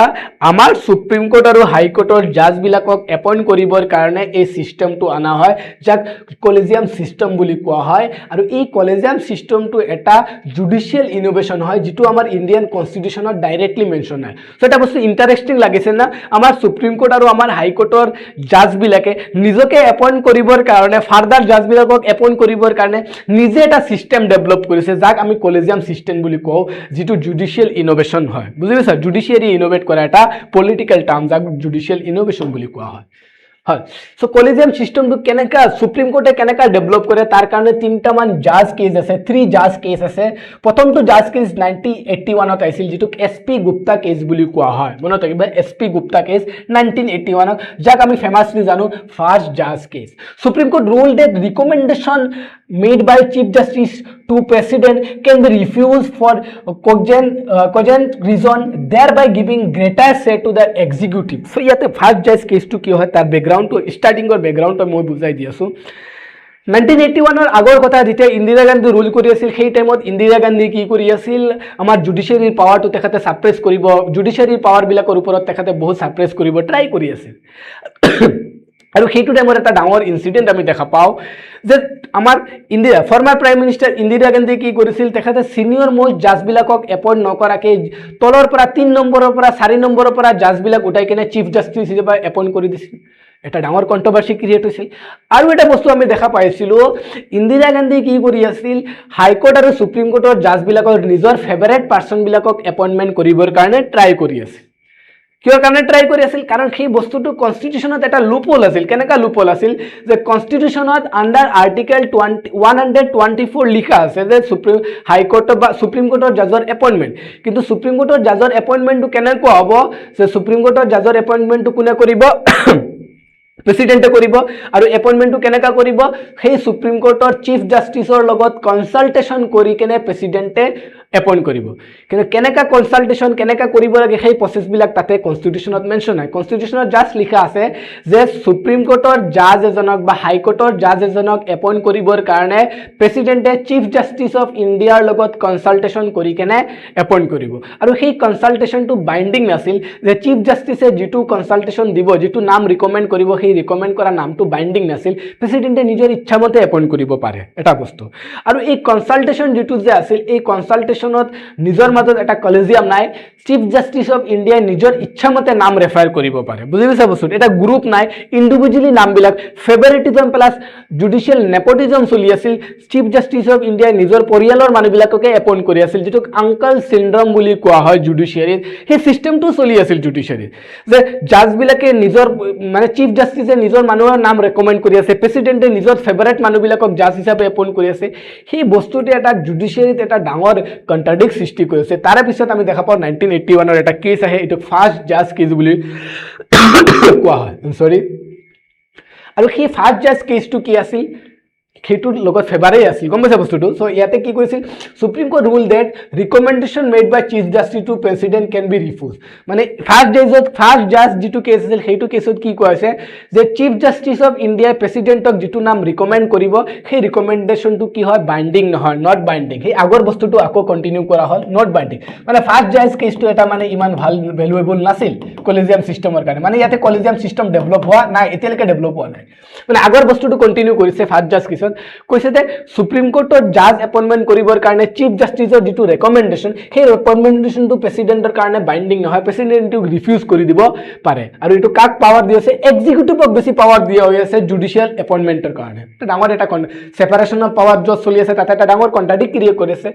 সো এটো ফাৰ্স্ট জাজ কেস আছিল তাৰ কেই বছৰ পিছত আমি দেখা পাওঁ সেকেন্ড জাজ কেস আহিব 1993 আৰু সেই জাজ কেছত বেসিক্যালি কি হৈছিল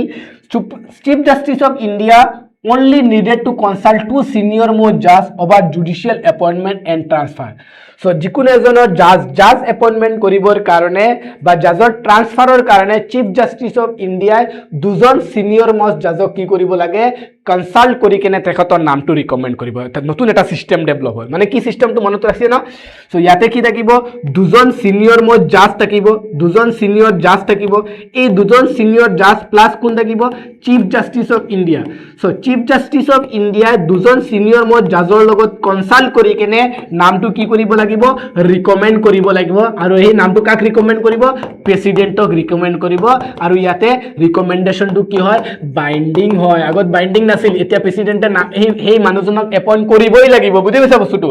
সো চিফ জাস্টিস অফ ইণ্ডিয়াই দুজন সিনিয়ৰ মোষ্ট জাজৰ লগত কনসালটেশন ইয়াতে কি হ'ব কনসালটেশন কৰি কেনে চিফ জাস্টিস অফ ইণ্ডিয়াই সেই নাম কেইটা ৰিকমেন্ড কৰিব প্ৰেসিডেন্টক আৰু প্ৰেসিডেন্টক ৰিকমেন্ড কৰা নাম কেইটা কি হৈ যাব বাইন্ডিং হৈ যাব, ৰিকমেণ্ডেশ্যনটো বাইন্ডিং হৈ যাব আৰু এই যে দুইজন সিনিয়ৰ মোষ্ট জাজ আৰু চিফ জাষ্টিস অফ ইণ্ডিয়াৰ যেটো গ্ৰুপ আছে এটো কি বুলি কোৱা হয় কলেজিয়াম বুলি কোৱা হয় এটো কি বুলি কয় কলেজিয়াম বুলি কোৱা বা কলেজিয়াম সিস্টেম বুলি কোৱা হয় মনত ৰাখিবা দুজন সিনিয়ৰ মোষ্ট জাজ আৰু চিফ জাষ্টিস অফ ইণ্ডিয়া সেই যে তেখেতসকলে যে কনসালটেশন কৰে এই গ্ৰুপটো কি বুলি কোৱা হয় এ গ্ৰুপ অফ জাজ যাক আমি কলেজিয়াম বুলি কওঁ কলেজিয়াম মানে এ গ্ৰুপ অফ জাজ এ গ্ৰুপ অফ পিপল যাক আমি কলেজিয়াম বুলি কওঁ সো ইয়াতে আৰম্ভ হৈ যায় কি সেকেন্ড জাজ কেছৰ তৰতে কিনে আৰম্ভ হৈ যায় কি কলেজিয়াম সিস্টেম আৰম্ভ হয় মনত ৰাখিবা কলেজিয়াম সিস্টেম তাৰ পিছত আহি যাব কি থাৰ্ড জাজ cash 1998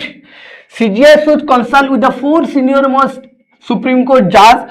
to form his opinion on judicial appointment and transfer. So yate is about third judge case 1998 ot aibo aru ei judge case ot ki kora hobo collegium system ok aru olop expand kora hoy collegium ok expand kora hoy agot kejon judge asil dujon yate kori dia hobo ki charijon senior judge hobo lagibo aru ki hobo lagibo chief justice of India consultation কৰিব লাগিব আৰু এই চাৰিজন যে senior most জাজ আছে এই চাৰিজন সিনিয়ৰ মোষ্ট জাজৰ কি হ'ব লাগিব মেজৰিটি কনসেন্ট যাব লাগিব মেজৰিটি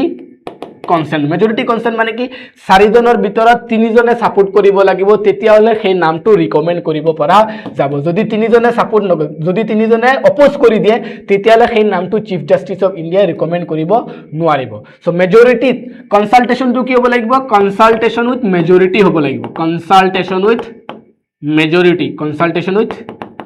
মেজৰিটি আই বুজি পাইছা সকলোৱে বুজি পাইছা সো ফোৰ সিনিয়ৰ মোষ্ট জাজ এণ্ড চিফ জাষ্টিস অফ ইণ্ডিয়াৰ মাজত কনসালটেশন হ'ব আৰু consultation should be done on majority আৰু এটো কি বুলি কোৱা আছে এ ব্ৰডাৰ টাৰ্ম অফ কলেজিয়াম যেটো থাৰ্ড জাজ কেছত দেখা পাও সো এনেকা কলেজিয়াম সিস্টেমটো আৰম্ভ হয় ফাৰ্স্ট জাজ কেছত এই বস্তুটো বাইন্ডিং নাছিল কলেজিয়াম বস্তুটো নাছিল ৰিকমেণ্ডেশ্যনটো বাইন্ডিং নাছিল সেকেন্ড জাজ কেছত এটা গ্ৰুপ বনাই কেনে কনসালটেশন এটা গ্ৰুপ বনোৱা হয় আৰু সেই গ্ৰুপটো কলেজিয়াম বুলি কোৱা আছিল আৰু সেই হিয়তৰ নামটো চিফ CJI ৰিকমেন্ড কৰিব ৰিকমেণ্ডেশ্যনটো বাইন্ডিং হয় প্ৰেসিডেন্টৰ কাৰণে সেকেন্ড আৰু আহি যাব কি সেই গ্ৰুপটোক এক্সপান্ড কৰা হয় চাৰিজন বনোৱা হয় আৰু যেটো কনসালটেশন আছিল সেই কনসালটেশনটো এতিয়া কনসালটেশন উইথ মেজৰিটি এপ্ৰুভেল হ'ব লাগিব তাৰ পিছত CJI সেই নামটো ৰিকমেন্ড কৰিব আৰু এই ৰিকমেণ্ডেশ্যনটো অলসো বাইন্ডিং হয় প্ৰেসিডেন্টক দি দিয়া হয় আই সকলোৱে বুজি পাইছা না হল এটো আছিল কি কলেজিয়াম সিস্টেম এটো কি সিস্টেম আছিল কলেজিয়াম সিস্টেম আছিল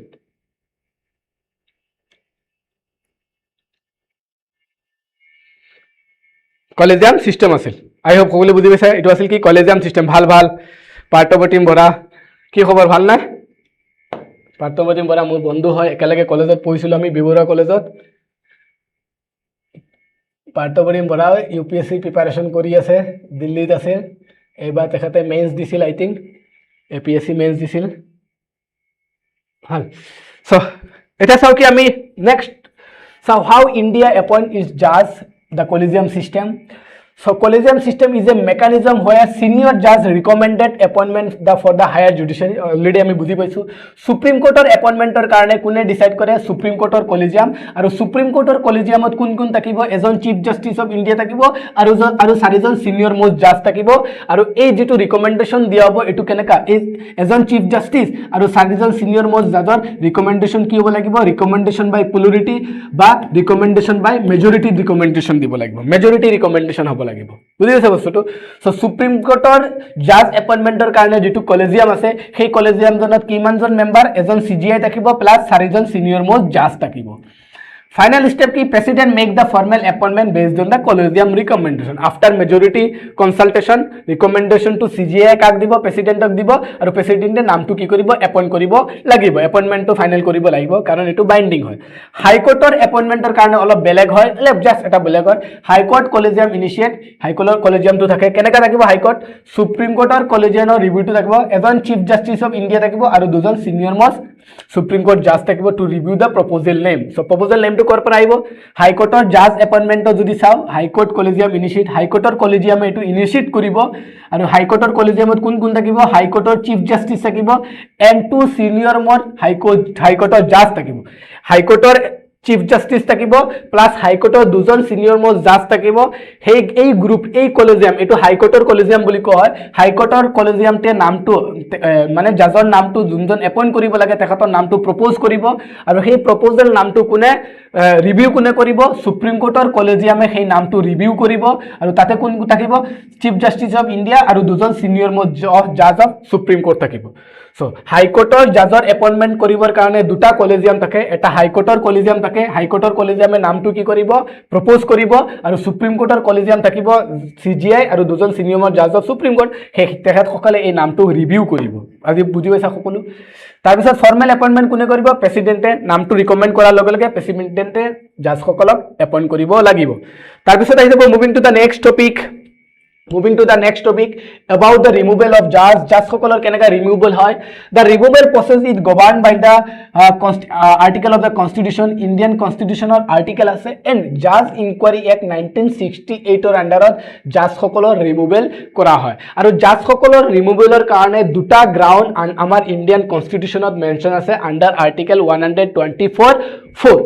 এইটো আৰ্টিকেলৰ আন্ডাৰত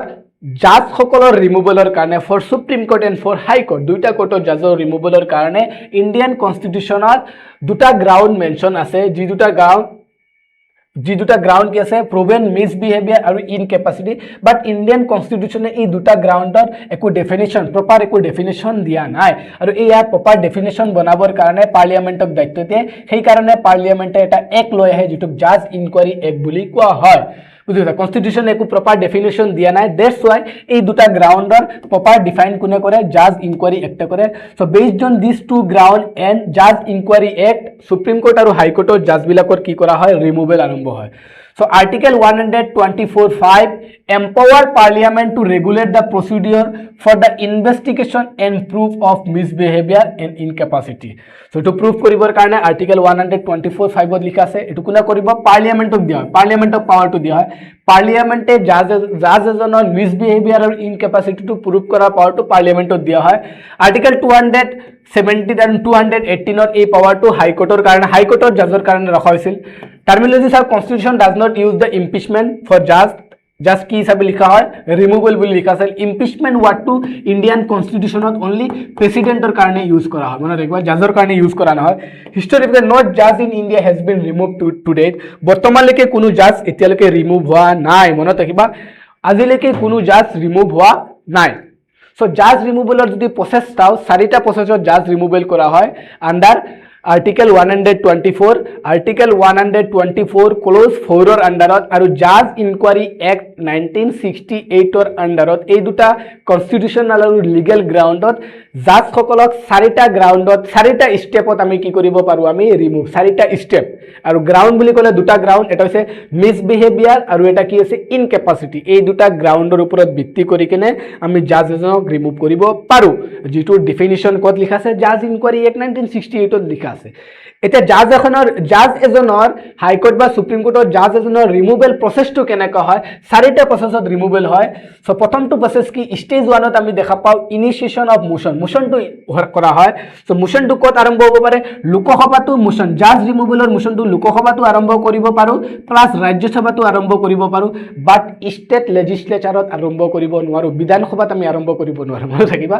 জাজ বিলাক হাইকোৰ্টৰ জাজ হওক বা সুপ্ৰিম কোৰ্টৰ জাজ যিকোনো হাইকোৰ্ট বা সুপ্ৰিম কোৰ্টৰ জাজ ৰিমুভেল আমি অনলি লোকসভা বা ৰাজ্যসভা মানে অনলি পাৰ্লিয়ামেণ্টত আৰম্ভ কৰিব পাৰো ৰাজ্যসভাৰ পৰা যদি ৰিজল্যুশনটো পাছ হয় তেতিয়া 100 জন এমপিয়ে সাইন কৰি কেনে পাছ আৰম্ভ কৰিব লাগিব ৰিজল্যুশনটো আৰম্ভ কৰিব ৰিজল্যুশন পাছ নহয় ৰিজল্যুশনটো জাস্ট আৰম্ভ কৰোতে 100 জন এমপিয়ে সাইন কৰি কেনে ৰিজল্যুশন আৰম্ভ কৰিব লাগিব এতিয়ালৈকে পাছ হোৱা নাই যদি ৰাজ্যসভাত আৰম্ভ কৰিব লাগে তেতিয়াহ'লে 50 জন এমপিয়ে সাইন কৰি কেনে ৰিজল্যুশনটো আৰম্ভ কৰা হয় তাৰ পিছত এই ৰিজল্যুশনটো কাক দিয়া হ'ব লোকসভাত যদি ষ্টাৰ্ট হয় তেতিয়াহ'লে লোকসভাত স্পিকাৰৰ হাতত দি দিয়া হ'ব ৰিজল্যুশনটো আৰু লোকসভাৰ স্পিকাৰে সেই ৰিজল্যুশনটো ডিসাইড কৰিব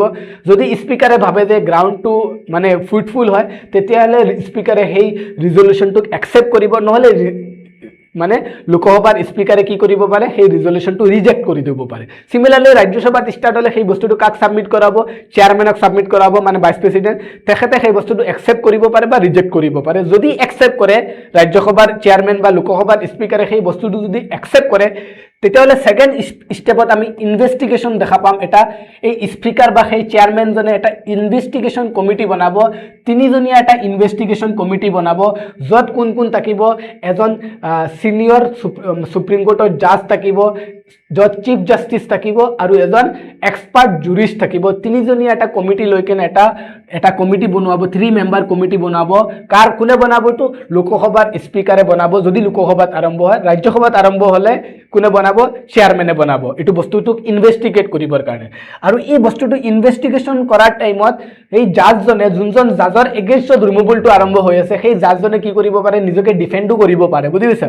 আৰু এই তিনিজনীয়া ইনভেষ্টিগেটিং কমিটিটো ইনভেষ্টিগেট কৰিব কাৰ ওপৰত বেছ কৰি কিনে জাজেছ ইনকুৱাৰী এক্ট 1968 ৰ ওপৰত বেছ কৰি কিনে এই তিনিজনীয়া কমিটিটোৱে ভালকে ইনভেষ্টিগেট কৰিব ইনভেষ্টিগেট কৰাৰ পিছত যদি জাজেছ এই তিনিজনীয়া ইনভেষ্টিগেশ্যন কমিটিটো ইনভেষ্টিগেশ্যন কৰাৰ পিছত যদি হিয়তে যদি দেখে যে গ্ৰাউণ্ড কেইটা একসেপ্টেবল হয় তেতিয়াহলে এই ৰিজলিউশনটো হিয়তে একসেপ্ট কৰিব আৰু যদি দেখে এই গ্ৰাউণ্ড কেইটা ফ্ৰুটফুল নহয় এই গ্ৰাউণ্ড কেইটা এনে লগোৱা হৈ আছে মানে গিল্টি যিখিনি দি আছে সেইখিনি ভালকে একসেপ্টেবল নহয় তেতিয়াহলে এই ইনভেষ্টিগেশ্যন কমিটিটোৱে ৰিজলিউশনটো ইয়াতে ৰিজেক্ট কৰি দিব পাৰিব আৰু ৰিজলিউশনটো ড্ৰপ হোৱাৰ লগে লগে কমপ্লিট প্ৰসেছটো ইয়াতে শেষ হৈ যাব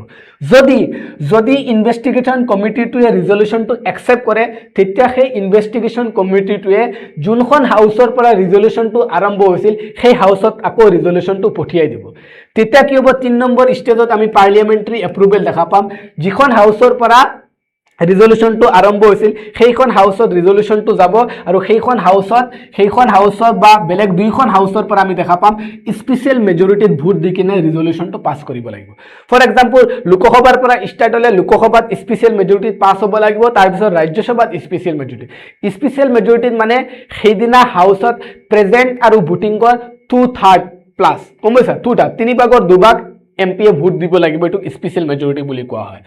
তাৰ পিছত স্পেশাল মেজৰিটিত পাস হোৱাৰ লগে লগে 4 নম্বৰ ষ্টেপত দেখা পাম প্ৰেসিডেন্টৰ ওচৰত যাব আৰু president issue a final order for the removal of জাজ আৰু প্ৰেসিডেন্টৰ ওচৰত যোৱাৰ লগে লগে প্ৰেসিডেন্টে তাত সাইন কৰি কেনে তেখেতে ফাইনেল অৰ্ডাৰ পাবলিশ কৰিব আৰু তেতিয়া সেই জাজজনৰ ৰিমুভেল হ'ব ইমান দীঘলীয়া এটা প্ৰসেছ সেই কাৰণে আজিলৈকে ইমান এটা টাফ প্ৰসেছ সেই কাৰণে আজিলৈকে কোনো জাজ সুপ্ৰিম কোৰ্ট বা হাই কোৰ্টৰ জাজৰ ৰিমুভেল দেখা পোৱা নাই স্পেশাল মেজৰিটি বুজি পাইছা 2/3 মেজৰিটি মই বুজাই দিছো So, all of আমি Assam specific polity বিলাক চাও Assam specific of আমাৰ Indian polity অলপ Assam specific বস্তুখিনি চাও যিখিনি আমাৰ প্ৰিলিমছত আহিব পাৰে হল Assam specific বস্তুখিনি চাও অলপ জনে চাই আছে অলপ লাইক কৰি দিবা আৰু কমেন্টত অলপ হাই হেলো কৰিবা হাই হেলো মানে কি অলপ কুদিবা কেনেকা লাগি আছে ক্লাস ভাল লাগি আছে নে বেয়া লাগি আছে নে গুড বেষ্ট বেটাৰ বেড এবিলাক কবা বুজি যাওছো হল সো কবা বহুত ইম্পৰ্টেন্ট ক্লাস হয় কাৰণ এইটো ক্লাসৰ পৰা তোমালোকে বহুত দুটা কোৱেশ্চনটো মই কৈছো কমেন্ট পেলাম আৰু হা ভাইব্ৰেন্ট ভিলেজ প্ৰগ্ৰাম ফেজ 2 এটো আসাম স্পেসিফিক হয় Indian polity related vibrant village program phase 2 আৰম্ভ হৈ আছে why it is the news on February 2026 Union Minister Honorable Amit Shah Dangoriyae Vibrant Village Program Phase 2 launch करे कत launch करे Nathanpur village in Kasar district of Assam অসমৰ Kasar district or Nathanpur village to Vibrant Village Program or গোটেই national level or যেটো second phase সেই second phase to আমাৰ অসমৰ Kasar district ত launch কৰা হয় So Vibrant Village Program Phase 2 in Kasar যদি চাও well Phase 1 কত লঞ্চ কৰা আছিল 2023 লঞ্চ কৰা হৈছিল আৰু Phase 2 to 2026 ত লঞ্চ কৰা আছিল Phase 1 ত বেসিক্যালি কোৱাৰ ওপৰত ফোকাস কৰা আছিল চাইনা বৰ্ডাৰৰ ওপৰত ফোকাস কৰিছিল যেনেকৈ অৰুণাচল প্ৰদেশ সিকিম উত্তৰাখণ্ড হিমাচল প্ৰদেশ এণ্ড লাডাখ এইখিনি ৰিজনৰ যিখিনি ভিলেজ আছে সেইখিনি ভিলেজৰ ওপৰত বেসিক্যালি ফোকাস কৰা হৈছিল Phase 1 ত আৰু Phase 2 ত এই বৰ্ডাৰটো আৰু এক্সপান্ড কৰি কেনে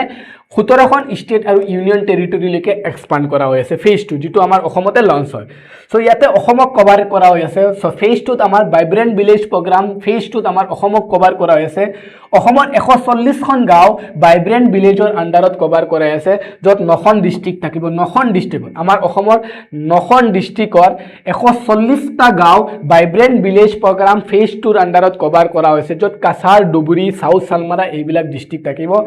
যত 26টা ব্লকে পাৰ্টিসিপেট কৰিব কিমানটা ব্লকে পাৰ্টিসিপেট কৰিব 26 ব্লক ডেভেলপমেন্টে ইয়াতে পাৰ্টিসিপেট কৰিব নাপতানপুৰ Cachar was chosen as the national launch site for the this phase so নতুন কাছাৰ ডিষ্ট্ৰিক্টত এইটো লঞ্চ কৰা হয় নডেল মিনিষ্ট্ৰি কোন আছে মিনিষ্ট্ৰি অফ হোম এফেয়াৰ্স মোটাবাই Amit Shah nature of scheme এইটো কি হয় একদম কমপ্লিটলি চেণ্টাৰ সেক্টৰ স্কিম হয় য'ত 100% ইউনিয়ন গভৰ্ণমেণ্টে ফাণ্ড কৰিব ষ্টেট গভৰ্ণমেণ্টে ইয়াতে ফাণ্ড কৰাৰ দৰকাৰ নাই চেণ্ট্ৰেল সেক্টৰ স্কিম হয় স্কিমবিলাক কেনেকুৱা থাকে চেণ্ট্ৰেল সেক্টৰ স্কিম চেণ্ট্ৰেলি আৰু এটা কি থাকে চেণ্ট্ৰেলি স্পন্সাৰ স্কিম সেন্ট্ৰালি স্পন্সাৰ্ড স্কিম থাকে যেনেকা সেন্ট্ৰাল সেক্টৰ স্কিমবিলাকৰ 100% কোনে ফাণ্ড কৰে ইউনিয়ন সেন্ট্ৰাল গভৰ্ণমেণ্টে ফাণ্ড কৰে আৰু সেন্ট্ৰাল সেক্টৰ স্কিমবিলাকত কোনে ফাণ্ড কৰে 60% সেন্ট্ৰাল গভৰ্ণমেণ্টে ফাণ্ড কৰে আৰু 40% কোনে ফাণ্ড কৰে ষ্টেট গভৰ্ণমেণ্টে ফাণ্ড কৰে স্পেশালি কিছুমান জায়গা আছে যেনেকা নৰ্থ ইষ্টৰ কাৰণে সেন্ট্ৰালি স্পন্সাৰ স্কিমবিলাক অলপ বেলেগ হয় তাতে 90% কোনে ফাণ্ড কৰে সেন্ট্ৰাল গভৰ্ণমেণ্টে ফাণ্ড কৰে আৰু 10% কোনে ফাণ্ড কৰে ষ্টেট গভৰ্ণমেণ্টে ফাণ্ড কৰে যেটো মনমোহন সিং ডাঙৰীয়া যেতিয়া প্ৰাইম মিনিষ্টাৰ আছিল সেই বস্তুটো তেখেতে লাগু কৰিছিল এনেকা হল সো টোটাল আউটলে কিমান থাকিব 6839 crore ফাইনেন্সিয়েল ইয়াৰত ডিক্লেয়াৰ কৰা হৈছে provision ki the program adopt a situation based approach meaning to aim for 100% coverage of essential service for primary thematic area so basically sarita area কাম কৰাব vibrant villager under sarita area কাম কৰাব এটা হৈছে কি infrastructure কাম কৰাব যে all weather road connectivity কৰাব under prime minister gramin sadak yojanar under 24/7 electricity আৰু কি pipe drinking water provide কৰাব গম পাইছে গাঁও যিবিলাক গাঁও ইবিলাকৰ আন্ডাৰত মানে ভাইব্ৰেন্ট ভিলেজ প্ৰগ্ৰামৰ ফেজ 2 আন্ডাৰত যিবিলাক আছে চাৰিটা ষ্টেপত কাম কৰাব এটা আছে ইনফ্ৰাষ্ট্ৰাকচাৰ এইখিনি কাম কৰাব কানেক্টিভিটি হ'ব seamless mobile and telecom service দিয়া হ'ব টেলিভিছন সাৰ্ভিস প্ৰভাইড কৰাব লাইভলিহুড মানে প্ৰভিজন অফ টুৰিজম প্ৰমোট কৰাব সেই গাঁওবিলাকত কালচাৰেল হেৰিটেজ বিলাক প্ৰটেক্ট কৰাব স্কিল ডেভেলপমেন্ট হ'ব সেলফ হেল্প গ্ৰুপ বিলাকক সাপোৰ্ট কৰাব এগ্ৰিকালচাৰেল কোঅপাৰেটিভস বহাই দিয়া হ'ব এগ্ৰিকালচাৰেল কম্পিটিটিভনেছ বহাই দিয়া হ'ব সো এইখিনি কৰাব গাঁওবিলাকৰ এডুকেশ্যন হেল্থ সেক্টৰত কৰাব modernisation of school with smart classes enhancing health care network with mobile ambulance এইবিলাক প্ৰভাইড কৰাব so infrastructure connectivity livelihood education and health এইবিলাকৰ ওপৰত কাম কৰা হ'ব সিগনিফিকেন্স হ'ব এইটো ন্যাশনাল সিকিউৰিটি প্ৰভাইড কৰিব মাইগ্ৰেশ্যন বন্ধ কৰি দিব বিকশিত ভাৰত 2047 যেটো আমাৰ এইম আছে সেই এইমটো গ্ৰাছ ৰুটৰ পৰা যাতে আমাৰ सबका साथ सबका विकास सबका विश्वास এই গোলটো আমাৰ ফুলফিল কৰে Moving to the next topic, Article 24 to Article 4 and Article 44A, Jitu आमार অসমৰ কাৰণে স্পেচিফিক হ'ব Article 44A. Article 44A. So Article 244A. Article 244A. ক্লাসটো বহুত দীঘলীয়া হৈ আছে তথাপি একো নাই দীঘলীয়া হলে একো নাই Article 244A इटू न्यूज़त আছে কিয়ৰ কাৰণে নিউজত আছে আমি ইটো অসমৰ কাৰণে অনলি ফৰ অসমৰ কাৰণে স্পেচিফিক হয় দা কাৰ্বি আলং Dima Hasao autonomous state demand committee ইটো এটা কমিটি হয় কাৰ্বি আলং আৰু ডিমা হাছাও লৈ কেনে আমাৰ ট্ৰাইবেল মানুহখিনি ৰিপ্ৰেজেন্ট কৰা এটা কমিটি হয় have stayed a sit-ins at Jantar Mantar demanding the central government table a bill to implement the article. So, a article 244A Jitu आसे a article to amar Karbi Along aru kar karone Dima Hasao district or karone ase Karbi aru Dima Hasao tribal or karone ase a article to basically 1900 না এই আৰ্টিকেলটো basically কিটা 1961 ত বনোৱা হৈছিল মানে কনস্টিটিউশনত add কৰা হয় ইন্ডিয়ান কনস্টিটিউশনত এই আৰ্টিকেল 244A টো কিতিয়া এড কৰা হয় 1969 ত এড কৰা হয় বাই 22nd কনস্টিটিউশনাল এমেন্ডমেন্ট এক্টৰ আন্ডাৰত এড কৰা হয় কিন্তু এই আৰ্টিকেলটো এতিয়ালৈকে ইমপ্লিমেন্ট কৰা নাই ইমান ডাঙৰ এটা লুপল দেখা পাই আছো When and how was it added? Article 244A was inserted to the Constitution in 22nd Constitutional Amendment in 1969. কিয়ৰ কাৰণে এড কৰা আছিল আমি যদি গম পাও আমি যদি জানিব বিচাৰো এই আৰ্টিকেলটো বেসিক্যালি 1969 ত 22nd Constitutional Amendment Actor আন্ডাৰত এড কৰা আছিল সেইটো টাইমত আমি দেখা পাইছিলো বহুত ট্ৰাইবেল মানুহে অসমৰ পৰা সেপাৰেট ষ্টেটৰ ডিমান্ড কৰি আছিল যেনেকা সেই ডিমান্ডত কোন আছিল বড়ো ট্ৰাইব আছিল বড়ো ট্ৰাইব স্পেশালি নাছিল কিন্তু বড়ো কালচাৰেলি আছিল যে আমাক ল্যাঙ্গুৱেজ লাগে আমাক এডুকেশনাল প্ৰটেকশন লাগে বাট সেপাৰেট ষ্টেটৰ ডিমান্ডত বেসিক্যালি কেইটামান ট্ৰাইব আছিল সেই ট্ৰাইব বিলাকৰ ভিতৰত কোন আছিল খাসী গাৰো জয়ন্তীয়া কাৰ্বি ডিমা হাছা মিকিৰ এই কেইটা ট্ৰাইব বেসিক্যালি আমাৰ অসমৰ পৰা 1960s ত কিয়তে সেপাৰেট ষ্টেটৰ ডিমাণ্ড বিচাৰি আছিল সো তাৰে ফলত আহি যায় 22 কনষ্টিটিউচনেল এমেণ্ডমেণ্ট এক্ট 1969 এইটো এমেণ্ডমেণ্ট এক্টৰ আণ্ডাৰত গাৰো খাচী আৰু জয়ন্তীয়াসকলক সিহঁতক এটা সেপাৰেট ষ্টেট বনাই দি দিয়া হয় অসমৰ পৰা যিটো আছিল মেঘালয় বাট কাৰ্বি আৰু ডিমা হাছাও মানুহসকলে এগ্ৰি হৈ যায় যে তেখেতসকল আমাৰ অসমৰ লগত থাকিব কিন্তু তেখেতক এটা স্পেচিয়েল প্ৰটেকশ্যন দিয়া দৰকাৰ তেতিয়া আমাৰ ইণ্ডিয়ান গভৰ্ণমেণ্টে সিহঁতক কয় যে তোমালোকক আমি এটা স্পেচিয়েল প্ৰটেকশ্যন দিম আৰু সেই স্পেচিয়েল প্ৰটেকশ্যনটো তোমালোকক কিহৰ আণ্ডাৰত দিম আৰ্টিকেল 244 এৰ আণ্ডাৰত তোমালোকক আমি স্পেচিয়েল প্ৰটেকশ্যন দিম সো আৰ্টিকেল 244 এটো কি হয় আৰ্টিকেল 244 এটো হৈছে ষ্টেটৰ ভিতৰত আৰু এখন ষ্টেট ৰাজ্যৰ ভিতৰত আৰু এখন ৰাজ্য মানে এইটো ষ্টেট গভৰ্ণমেণ্ট চলি আছে এই ষ্টেটৰ ভিতৰত আৰু এখন অট'নমাছ ষ্টেট যিখন ষ্টেটে ষ্টেট গভৰ্ণমেণ্টৰ ওপৰত ডিপেণ্ড হ'ব নালাগে যেনেকৈ নাগালেণ্ডত এখন আছে ডিষ্ট্ৰিক্টৰ নাম পাহৰিছে তেনেচাৰিম বুলি এটা ডিষ্ট্ৰিক্ট আছে ইয়েছ তেনেচাৰিম বুলি এটা ডিষ্ট্ৰিক্ট আছে নামটো প্ৰনাউন্সিয়েশ্যন মোৰটো অহা নাই মুখত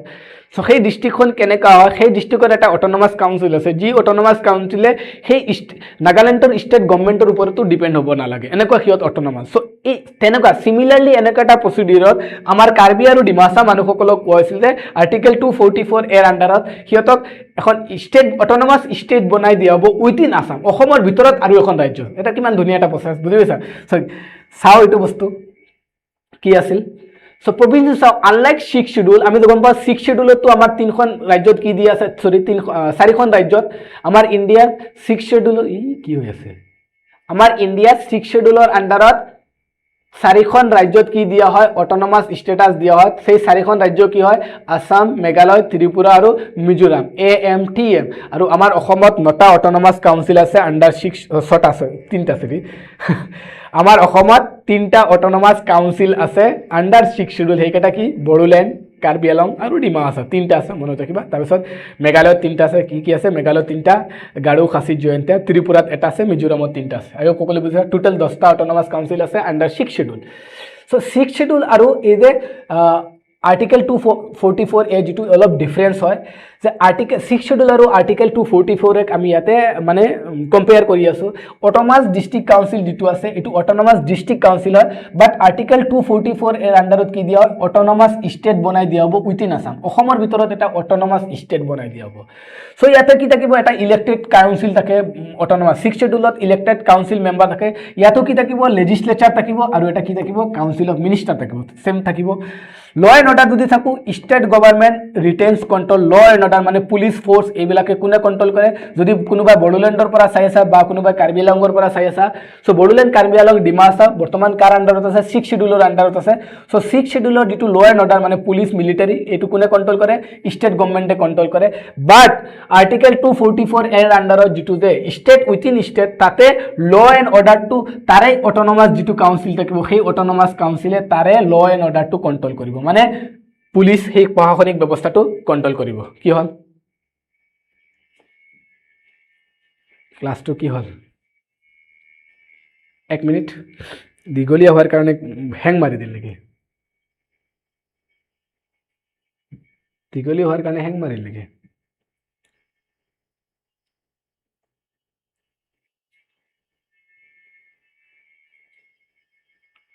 এক মিনিট